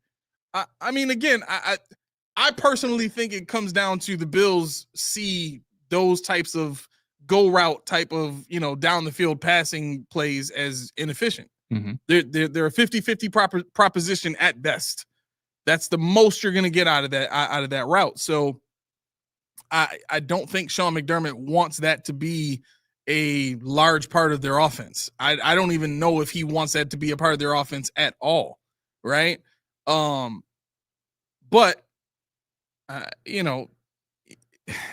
I would say there's low likelihood of us probably getting that type of guy. Yeah. And to Steve Noble's point, hey, I missed your comments, brother. I haven't talked to you in a while. But anyway, he said it still hurts him to know that Dawson Knox is the third highest cap hit on the team. Okay, but does he or does he not get busy when he has the ball? Does he or not get busy when it comes to blocking? That's not enough. But it's not enough in this offense because they don't use them, is my point. So it's like, okay, what if it was Cody Ford with the third highest cap hit? Then it would hurt my heart. Then if it was Cody Ford, if it was Kyer Elam. What's the difference? Well, the difference is Cody Ford and Kyer Elam, when you put them on the field, they're horrible. When Dawson Knox is on the field, he usually makes a play. He does. He usually makes a play, and they just don't utilize him enough. They went and doubled down. They gave him the money, then they traded and got Dalton Kincaid. I think I would rather be done with both scenarios. Like, and I get that there's a difference, and you're doing a good job of pointing that out. I get that there's a difference because Dawson Knox gets opportunities to make plays, and he does. Cool. But I think at the end of the day, if I'm spending money for a guy to be on the field and he's the third highest paid guy on the team, nah, ain't no 2 catches enough. Ain't no but 2. That's my point. That's my point. If they utilized him more, would he still have these pitiful numbers? No, but they've shown that they're not going to. Right. It's the same as why we're talking about not trading for a speedy receiver, because we know they're just not going to use him that way. Right. And I think that's the solace I have, Steve Noble, with Dawson Knox. I mean, it was an egregious mismanagement of assets, because you had a guy who you've seen produce. You've seen a guy who actually could be something, a guy that could be, I'm not going to say George Kittle or somebody like that, but he could be your version of whatever you want him to be. A physical guy that runs a 4 or 5. He's faster than some of our wide receivers. Breathe, bro. But I digress. We're talking about somebody that we handed money to and then turned right around and drafted somebody to move him down a depth chart. What was the foresight there? Yeah. Randy says, getting 27 touches yesterday gives me hope for Brady. He has to know Cook is a true player / star, and you can win with him getting involved in the pass game. Plus, he's durable. Shavers is a valuable special teamer. I think he is. I mean, he's a good blocker. They put him out there for most of the run blocking plays anyway, which is kind of silly when you think about the predictability of it all, but he's out there for those plays, and he's a good blocker. So, can he catch? Yes. Yeah. Can he make a play? Yes. And that's the beauty of it. But when I sit and I watch the construct of the Kansas City offense, I'm like, wow, okay, they're running deep, and that pulls this guy to this position, and that guy is going there, and now they're confused. Whereas we're all like all in here. Yeah. And that's what bothers me about, not when people say we need a wide receiver, because of course we do. Mm-hmm. Even if nothing else, we're talking about Shavers is starting. We're entertaining Gabe Davis, Elijah Moore. We don't even want to use anymore. You got Palmer, who knows what he's going to be when he comes back. You got Keon Coleman, who is not a number 1, which is fine because he was never supposed to be a number 1. Does any of this spit in the face of what the Bills talk about when they say we want guys that can do more than one thing? Yeah. To me, and I don't want to spend too much time kind of, poo-pooing on what the Bills say or don't say or do or don't do, but this is one of those things where you have Shavers on the team, and that they're going to say, well, he's a wide receiver, and he's he can make plays, he can catch the football. We've seen what he can do in the preseason, being kind of a big time weapon if you wanted to use him in that fashion. But here he is playing special teams, because he's versatile, because he can do more than one thing. Well, why don't you let James Cook do more than one thing? Why don't you let Dawson Knox do more than one thing? He's been primarily a blocker that you get the ball to maybe 2 times. You know what I'm saying? There's players on this team that are very capable of having an impact on the game in more than just one way, but they only use them one way. Right. Yeah, I mean, when you get the ball out to him, I'm just trying to find out what he has this year. He's 9 catches on 13 targets for 118 yards. You're talking about Dawson Knox is in limited targets. He's still what? Number 5 on the team in receiving yards. I mean, only above him is Dalton Kincaid, Khalil Shakir, Keon Coleman, and Joshua Palmer. Those are only 4 people above him. Why is it that James Cook isn't getting the ball more? Why is it that Curtis Samuel? That's another one I forgot because we've all forgotten Curtis Samuel. Yeah. That's Steve, that's the one you should be like, you know what? You know what, Steve? You're right. Why is Curtis that hurts me? Whoa, what am I seeing? Wow, is Spin going that casual C? I'm not saying it's a war starting between them, but like Spin just corrected this dude. He's like, let's pull this. So I mean, this is what he says, and they don't realize Knox had 9 more snaps than Kincaid. Make that make sense if he isn't valuable. Yeah, but also Jackson Hodge had more snaps than Kincaid too. Right. What Spin is saying is I don't think it's about the value of him as a player, more so as value of what he's being paid, which is exactly what we're saying if you are listening with the intent to understand. But he's not. He's listening with the intent to troll, so I let him go. Right. And chat, you know what? Have at it. Do your thing. Y'all can whatever. Yeah. Let's see. Because now, so you're saying a blocking tight end is invaluable. All right, dude. Okay. The time he said he's doing me a favor on the way home from the studio drive by, I can see a Bean's office light is on. It's not. It's not, Tommy. I'm joking with you. I mean, it has to be. Honestly, it has to be on right now because the trade deadline's around 4:00. So this is gonna be one of those days where they don't go to sleep. This is gonna be one of those days where they have to make all the phone calls they can. Shouldn't be. Tommy said, "Damn it!" But your thoughts on trading Curtis Samuel for Harrison Jr.? Why don't we ask Melly Mack? Wait, where is he right now? What's this guy? I wish we could call him. I wish we could call him now. He's probably getting ready for something. I don't know, but yeah, I mean, he would probably walk out of the studio right now if you read that. the way he feel about that guy. Oh man, Curtis Samuel for anybody right now. Honestly, if you can get Curtis Samuel in a package to free up something, then that'd be something I'd explore because at this point in time, it's not fair to him. It's not fair to us at this point. Yeah, I mean, to be honest,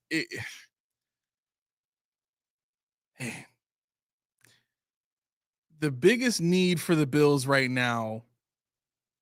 I hate saying this, but after last night, it's true. The biggest need for the Bills right now is not wide receiver, bro. Not to me. Mm-hmm. I think we have guys that, if used properly, can be big time weapons for Josh. That's kind of what I'm getting at. Yeah. And to my friend's point, I hear you, and I don't want to cut you up, but I hear you. But what you're saying and what they're doing is not. It doesn't go together. You said exactly what I was thinking. They have untapped talent, if you will. Right. You just gotta be creative with it. Right. But, I'm sorry. Kev, you pretty much said what I was gonna say. It's corner for me. I think who we taking off the field? It better not be 31. Wait a minute. Wait a damn minute. No. So here's. I think you have to be able to. You got to be able to have at least 4 guys that you can depend on, right? And the reason I say that is the long third down plays, the 4th down plays that they got. One of those was on Bernard, and I think there was another one on Benford. That long pass that Worthy got was on that was against Benford. So I think going into the playoffs this season, in those instances, you need to have at least 4 DBs that you can throw out there, right? And in this last game, they did mention the Bills played a lot of dime. So if we're looking at the level of play, Cam Lewis is okay. I think we could upgrade there. I'm not saying we have to take Maxwell Harrison off the field.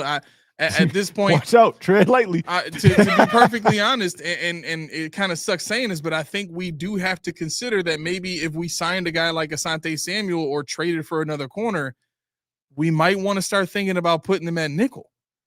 Because if I'm being perfectly honest, there's been a few times this season already where I'm seeing Taron Johnson get cooked in some of these games. And not only do you have him to worry about, but you can't even put Trey White on the field no more, unless you're going to put him back at safety. And even then, can he jump? You know what I'm saying? So yeah, I hear you. I hear you. I don't really want to move Max. And this is my thing with the nickel situation. This is the prime real estate moment to run a base 4-3. This is the prime real estate moment to do it, because if you listen to the radio, you listen to the pundits. You mean? Yeah, for the traditional. Mm-hmm. Obviously we got Bernard on the men right now, but we need to figure out how to get Bernard out of the middle. We need to figure out how to get him out. If you move him to weak side, let him rove, let him cover the pass. Milano's going next year anyway. Yeah. So you got to figure out how to progress him to what he's more naturally able to do. Then you got to figure out what you want to do with Dorian Williams. Dorian Williams should be a strong side linebacker. He should be out there causing havoc. Mm-hmm. And then you got to figure out that middle piece. That's the one you got to figure out. Who is this cerebral guy in the middle that's nasty enough to discard blocks, but also cerebral enough to get everybody in position. And why I'm afraid of them doing this is because what they're going to do is they're going to find yourself a Dwayne Carter kind of player where, he's a captain. He's got 4 years. He's all this culture, character, leads men. Never mind.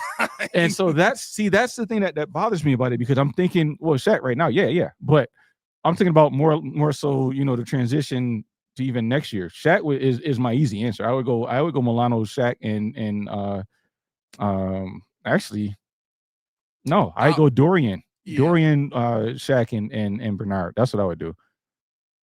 That's exactly what I would do. Yeah, I mean that's the move right there. Mm-hmm.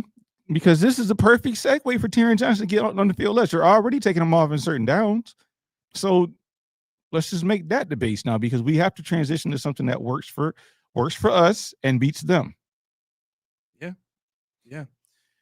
What am I looking for here? Okay. Landon Jackson warming up to anyone. I think A already mentioned that one. I don't want nothing to get thrown at me, so I'm not even gonna indulge that one. Spin. So where is, who was it? Somebody asked. Y-Towns asked, have y'all acknowledged how beneficial having all pro Poe is to the secondary? I'll say this.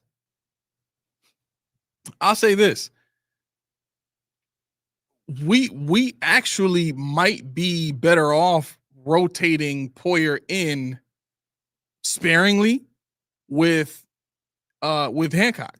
To be perfectly honest, that's better than having Poyer on the field full time. And the reason for that is when you look at the plays that Bishop made yesterday, it was all plays that he was able to keep the entire play in front of him, right? Bishop, he doesn't get beat that way. When he can see the whole play in front of him and he can be closer to the line of scrimmage and play almost like a deep third linebacker, that's where he excels. And I think the plays that we saw from him yesterday are those types of plays. Being a box safety, being a guy that can play, just behind those linebackers and deal with the tight ends and deal with those nickel receivers and stuff like that, or those slot receivers rather. I think that's his wheelhouse. And having Hancock on the field allows him to do that. You mentioned this yesterday. When this dude is allowed to play his game, he's nasty with it. I agree.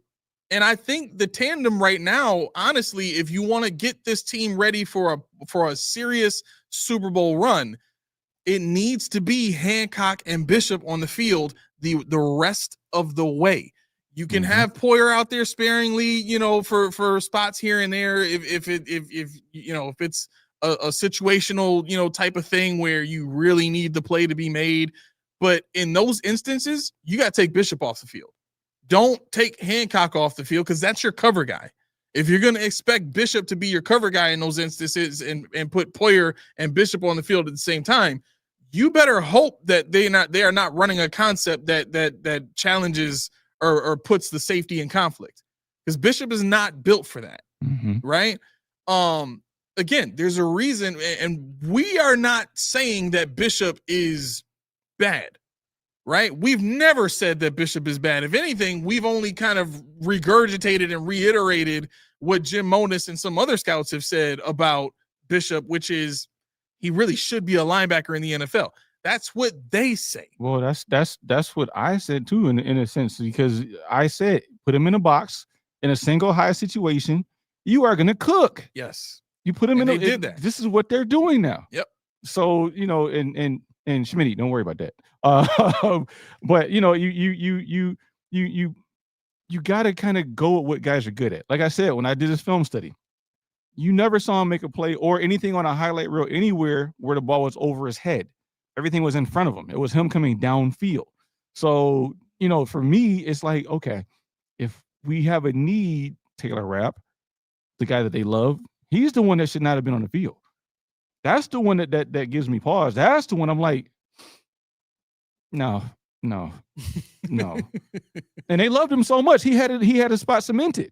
Yeah. Because what's going to happen when he comes back? He's on short-term IR, right? Who? Rapp.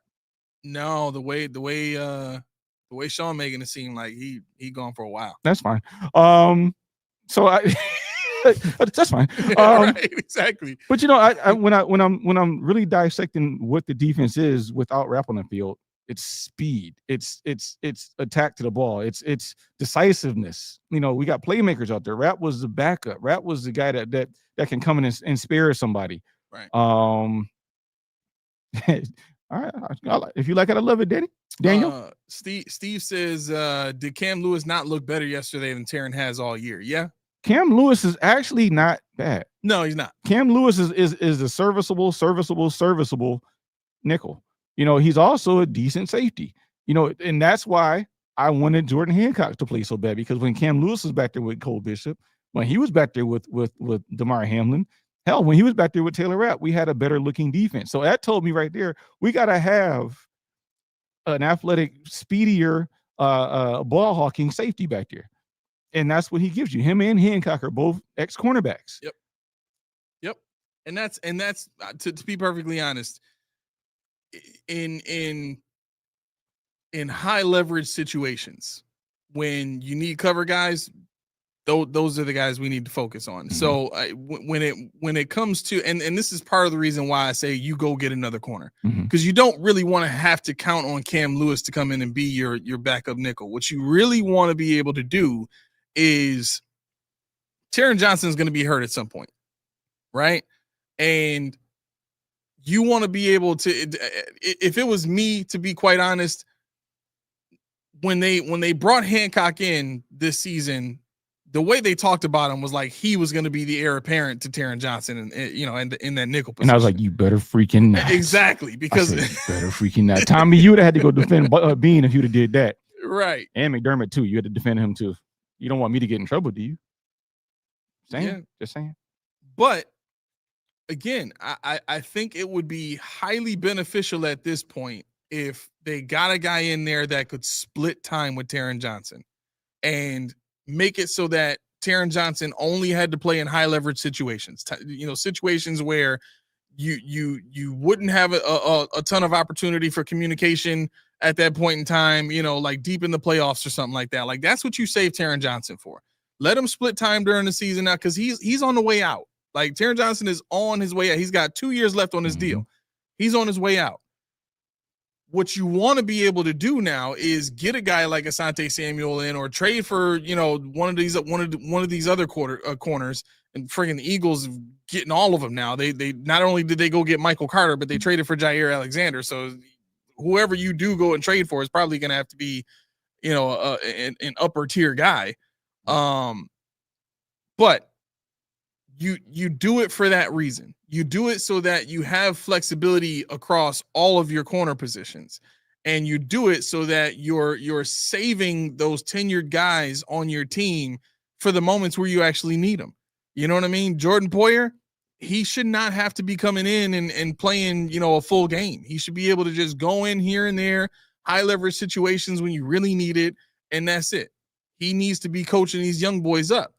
But again, I mean that's just what I think. Yeah, Kevin, you're right. I mean, that's the thing. It's never merit based with this regime. It's not merit based at all. It's all comfortability. It's all about relatability. It's all about familiarity.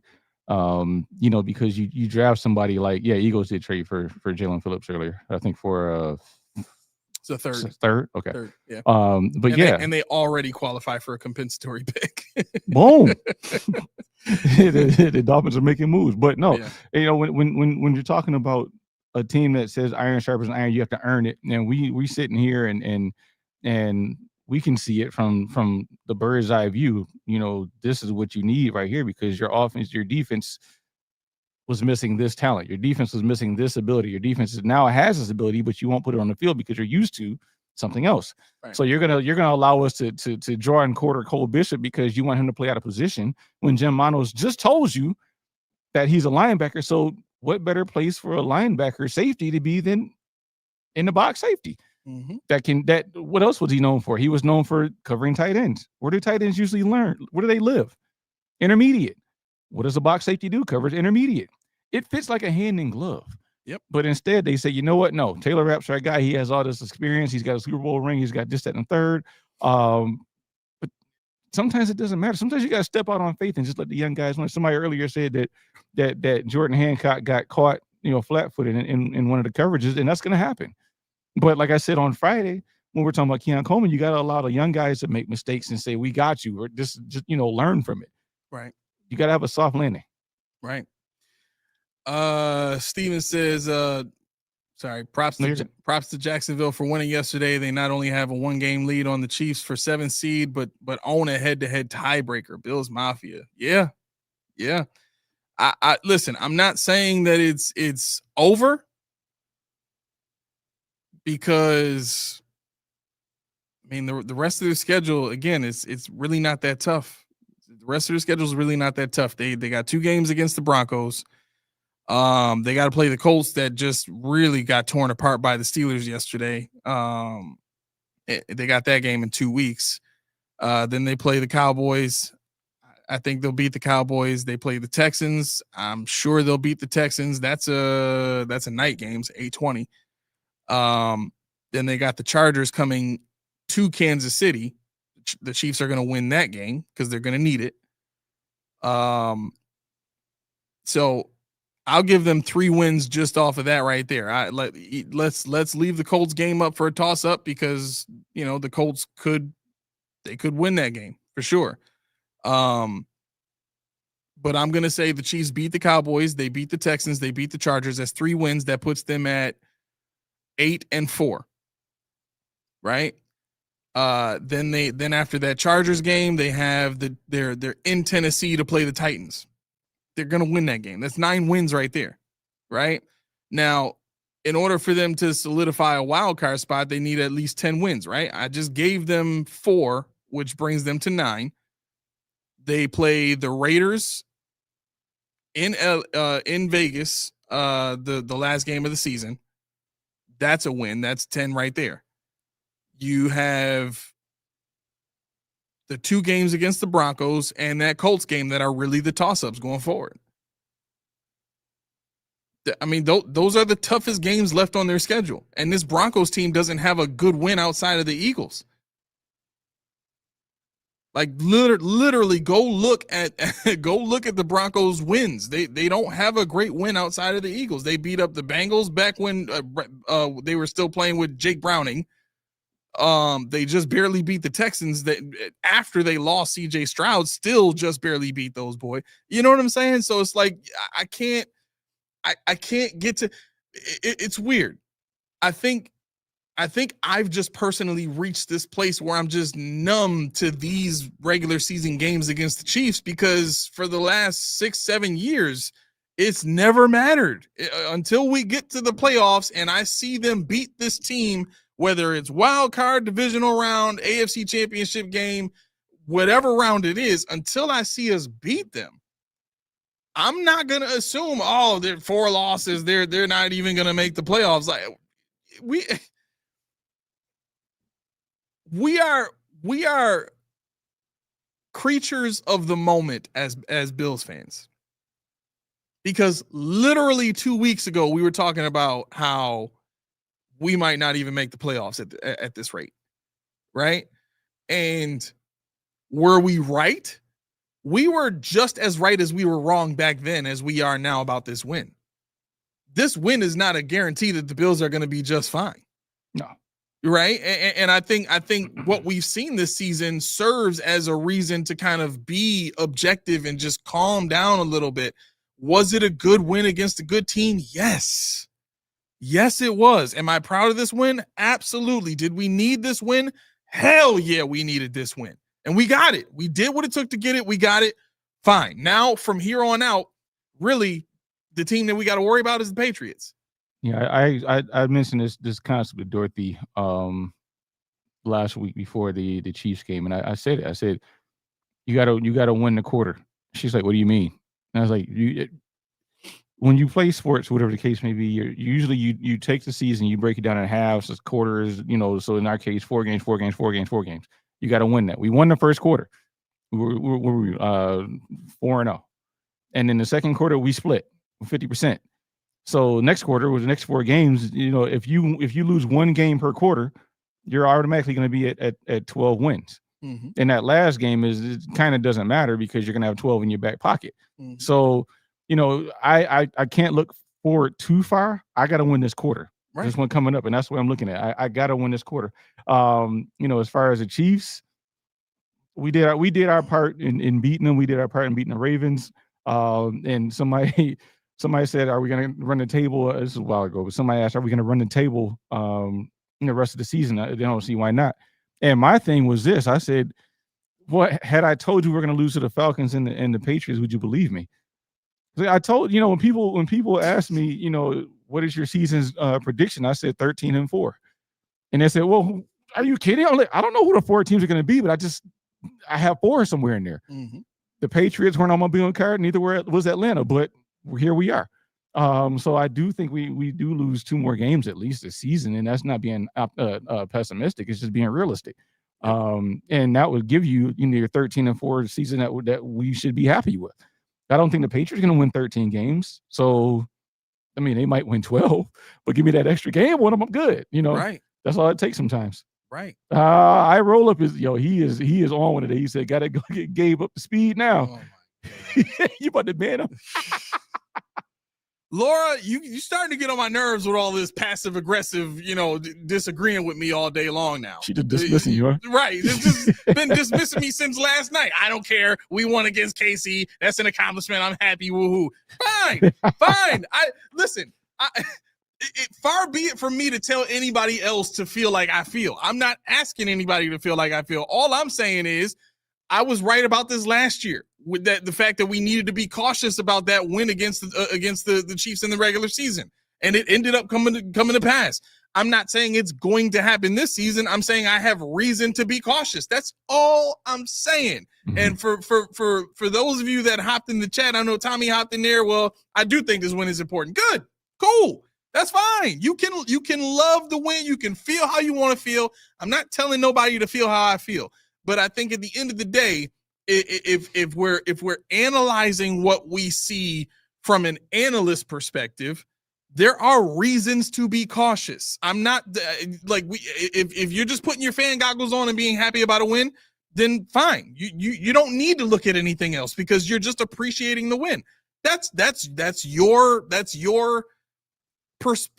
that's your angle in life, right? That's the way that's the slant you're looking at life with right now. Mm-hmm. Cool.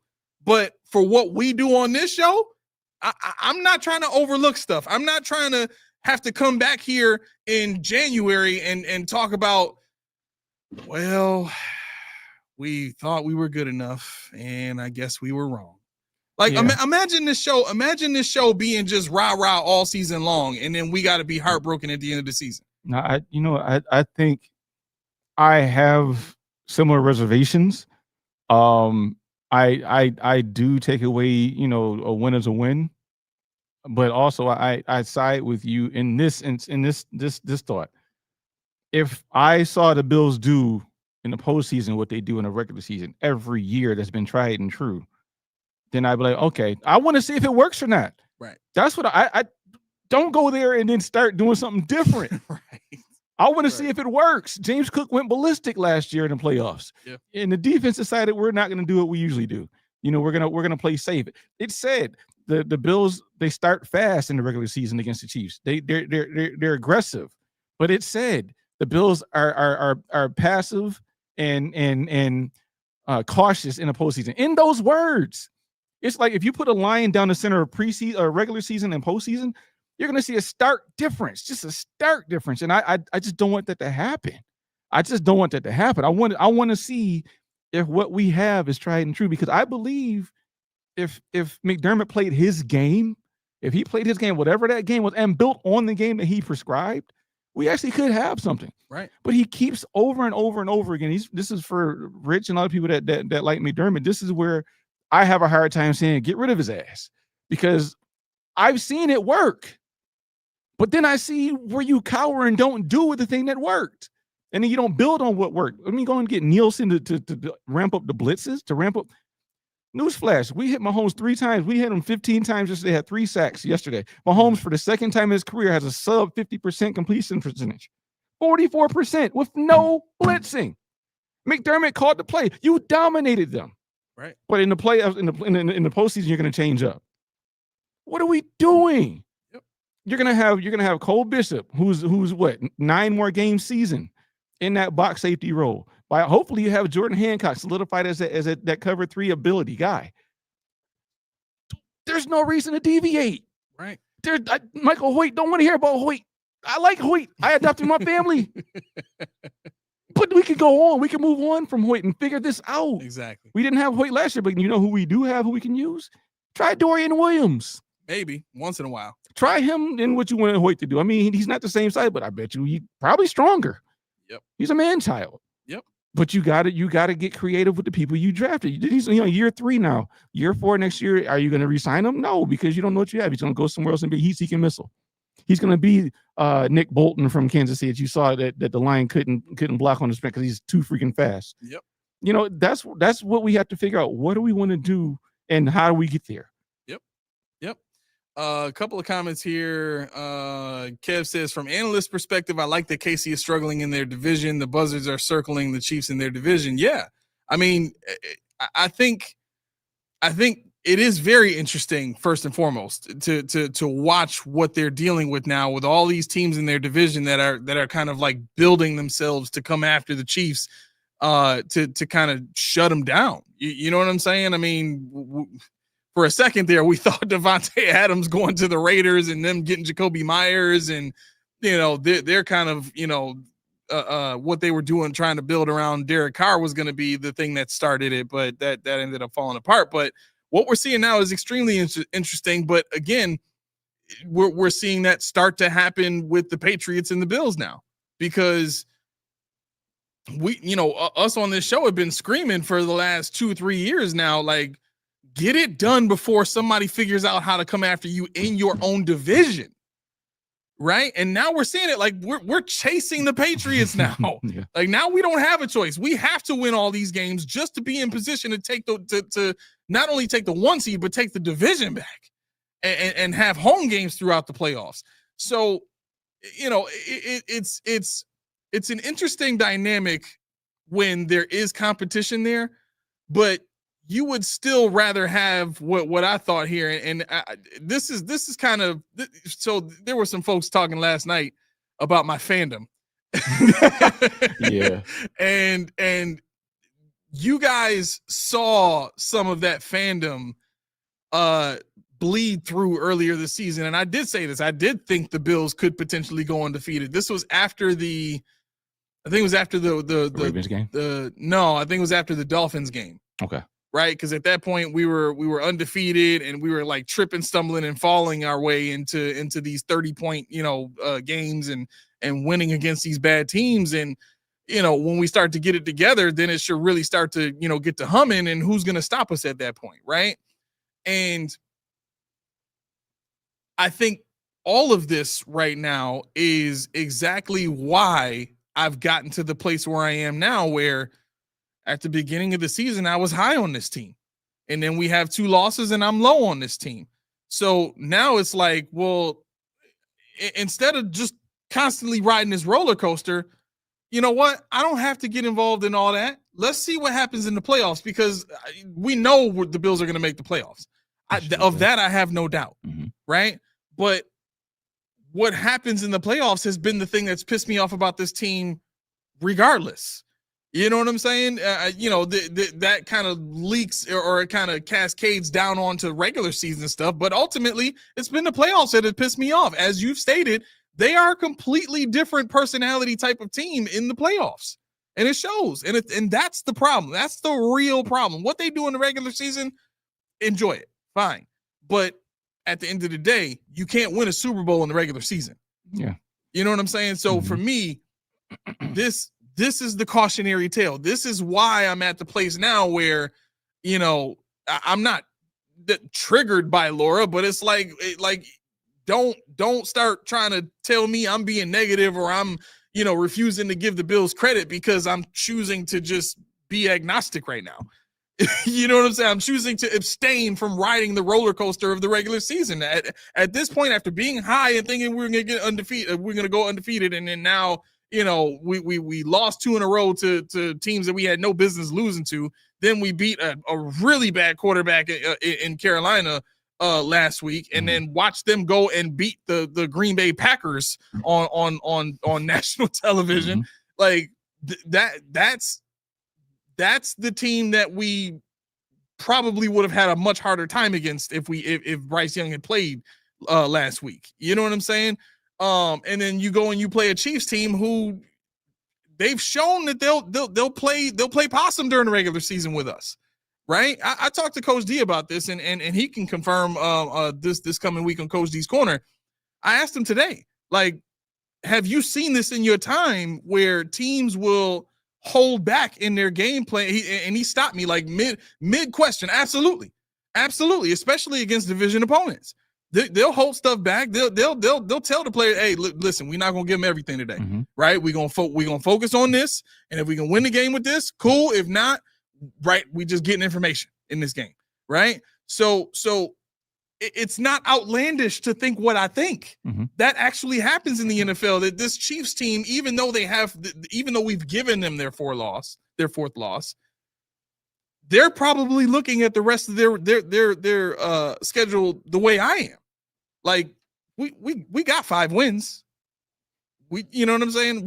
Between the Broncos and the Colts, we'll get an extra one. That's 10 wins. We're good. We're in the playoffs at that point. It's not hard.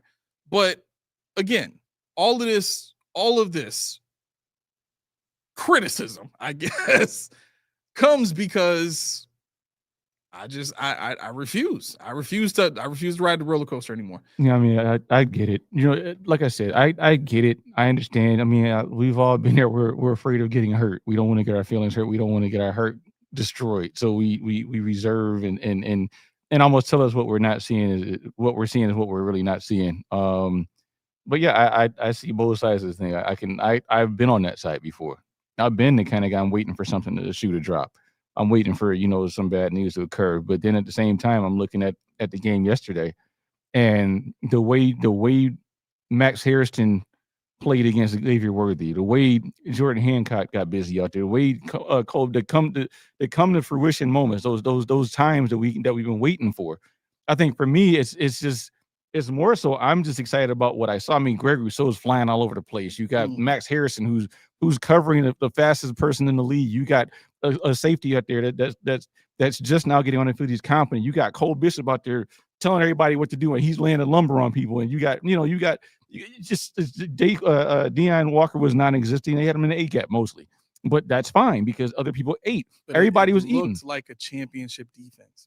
And that's the thing. I came away from that game thinking we look like a championship defense. So that's the missing piece for me. When we were talking about Fendarian Mathis, just a name, just like I can't take it seriously, but he probably was. But But no, maybe we got to break his first name down a little bit more. Yeah. Darian Mathis. Darian Mathis. He's like, no, my name is Fidarian the Fifth. Fidarian. My name is Fidarian the Fifth. I will be called like Joshua Palmer. I want to be called Joshua. He's like, these guys bigger than me. He wants to be called Vindarian. I'm like, whatever. You got it. But yeah, no, I what I was looking for, me and you, me and Tommy, all three of us, whoever went to listen, have talked about the preseason offense. And I said, I don't really care about that. We know what they are. They'll be fine. Yeah. What is this defense? So I saw yesterday what I wanted to see. Right. So I'm excited about that. Like I was over the moon, over the moon about that. But like I said, is that defense what we're going to do when we play them again? Because we're going to see them again. That's the part. That's why I'm like it. Because that's what the Eagles did in the Super Bowl. What we did to the Chiefs yesterday is exactly what the Eagles did in the Super Bowl. Yeah. For the most part, it's exactly what we did.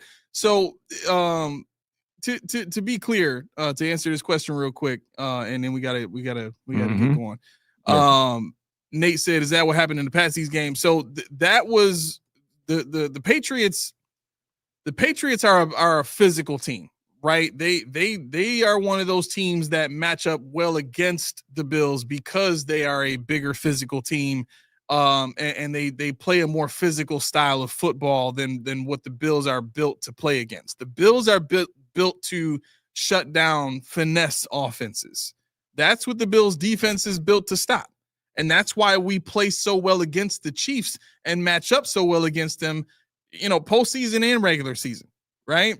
I don't think we've really seen a team be able to play the Chiefs, as close as we do in the AFC anyway,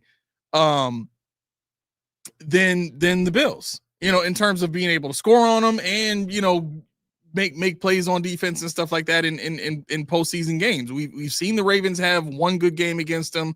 We've seen the Bengals have one good game or two good games against them in the postseason. But I think because the Bills are built specifically for the Chiefs, regular season, it needs to be kind of set in stone now that with the build we have, we're gonna have success against them in the regular season. We're built to beat them. Yeah, and Nate, I got one for you because Nate always has the nicknames. There's nothing on there you got to really click on, but he's he in the Discord he always has a nickname for Swell and all this Mr. Ed and all these guys. Well, I got one for you. For Darian Mathis, he has no middle name, but he goes by Phil. Phil, that's his nickname. I'm glad the camera's on both of us so they can see your face. Phil. And I mean, what is bringing back the old people names? Because you got Aloysius. No, you got Krusty Merritt over there. He wants to go by Bill. You do not look like a Bill, sir. You do not look like anything I've ever seen is a Bill. And now we got Phil. Look, I mean, kind of like Uncle Phil. Like, hey, how about this? Hey, Nate, call him Judge Mathis. There you go, Judge Mathis. Yeah, we got two big Phils. We got Judge Mathis over here. Two big Phils, yeah. Call him Uncle Phil. We can call Uncle Phil, and then we got Judge Mathis over here. Randy says, been a fan 40 years. 40 years, man. That you a serious Bills fan. We don't have a chance to do that yet. We will be. We'll get there. Yeah, hopefully. Probably. Right. Went to Super Bowl 27 and 28. Man, wow. How many Super Bowls have we won? 0. 1 of 7 franchises to never win one. I'm with Aramis. Prove it to me now. Great win. Enjoyed it, but it's just one game. My thing is this. There needs to be a level of consistency from here on out, right? Now we've seen this defensive style of play where the Bills have come out and been very physical on the defensive line, and the coverage is held up, and the way that Sean talks about the coverage complementing and being matched with the pass rush and all that. Like we've seen, hopefully this is close to the vision that Sean has, and there's still more development to come. But if this is what it's going to be, and we see this style of defense the rest of the season, I'm going to have a little bit more hope because this is not a style of defense that we've seen the Bills be able to hold up against multiple different styles of teams. Mm-hmm. You know what I'm saying? If we can play this style of defense against the Patriots, if we can play this style of defense against the Bucks, who are another physical team, especially on defense, the Bucks have a really good defense this season. If the Bills can play this physical style and still do the things that they're doing on offense, I guess that's what it really is for me. Like, what are the things about this team that I know I can count on going into the postseason? Right? That's what I'm looking for. Mm-hmm. Because for sure. to this point, the only thing that we've been able to count on really is James Cook. Somebody else name me one other thing that we've seen every single game that we can say we know for sure is going to be there, in the playoffs. Yeah. I mean, maybe Dalton Kincaid, maybe if he's healthy. Yeah. So to me, that's the name of the game right now. Happy birthday, Steve. Oh, belated. Man, it's your birthday, bro? Belated Friday. Yeah. You should have told us on Friday. We would have sang to you. You know what I'm saying? Yeah. We would have did that for you. But yeah, no, I think this iteration of the Bills is stubborn, if nothing else, because you have the ability to convert your defense from a 4-3 to a nickel. Yes. You have the ability so easily, so seamlessly to do so, but they decide they don't want to do that. And it's mind numbing. They're beating themselves. I said that after the last time we played in the AFC Championship. We beat ourselves. We beat ourselves over and over and over again. And it's funny because we predicted the scores and I said we were going to lose 31-28, and I'm sitting there just having a good time watching this. And then next thing you know, dong, like, right. Oh no. I don't want to be right. We got 28. I don't want the 31 to come to fruition.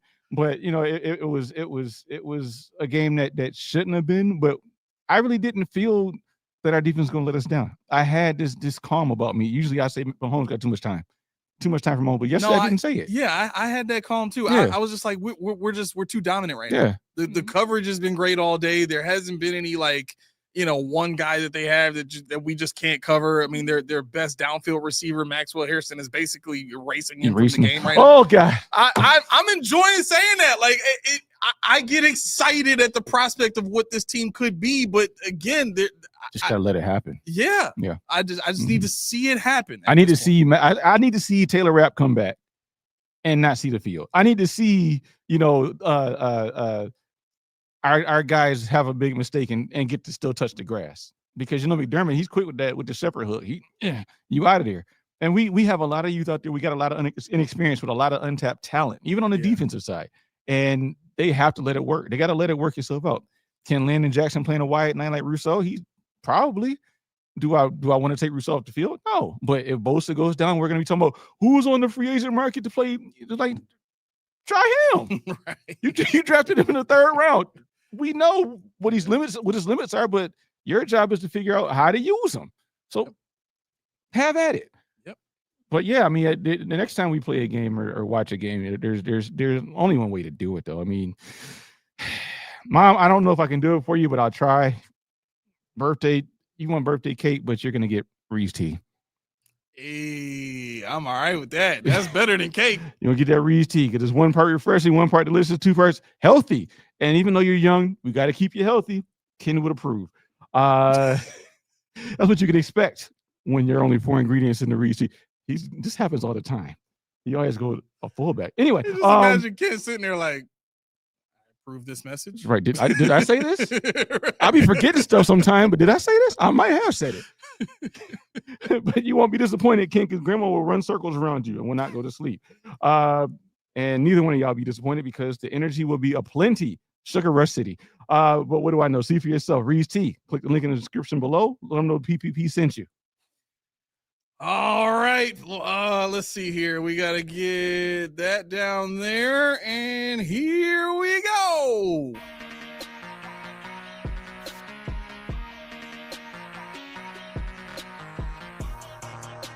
All right. Hopefully. Oh, man, Randy, I appreciate that.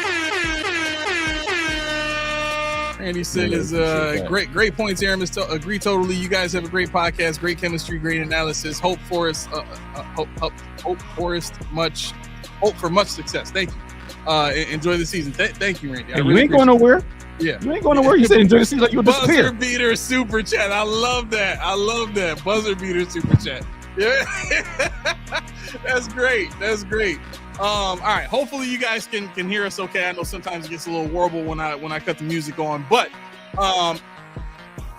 we really appreciate Keyshawn's patience today with Casual C, because I didn't have it. I came in. Why are you going to argue with somebody that's his own stepfather?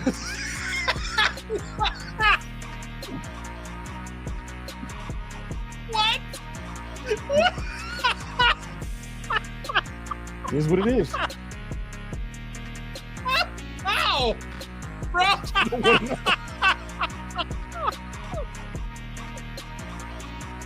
do you say that with a straight face?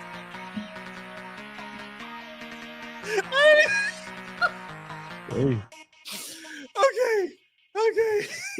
Okay, I'm sorry. So, you're done.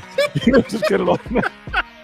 Like, subscribe, hit the bell, make that thing, Ring-a-ling-a-ling. so that you can get notifications when we send notifications. Like, oh man, Like what? I don't know. No, in all seriousness, post podium conversations will be moving to Wednesdays.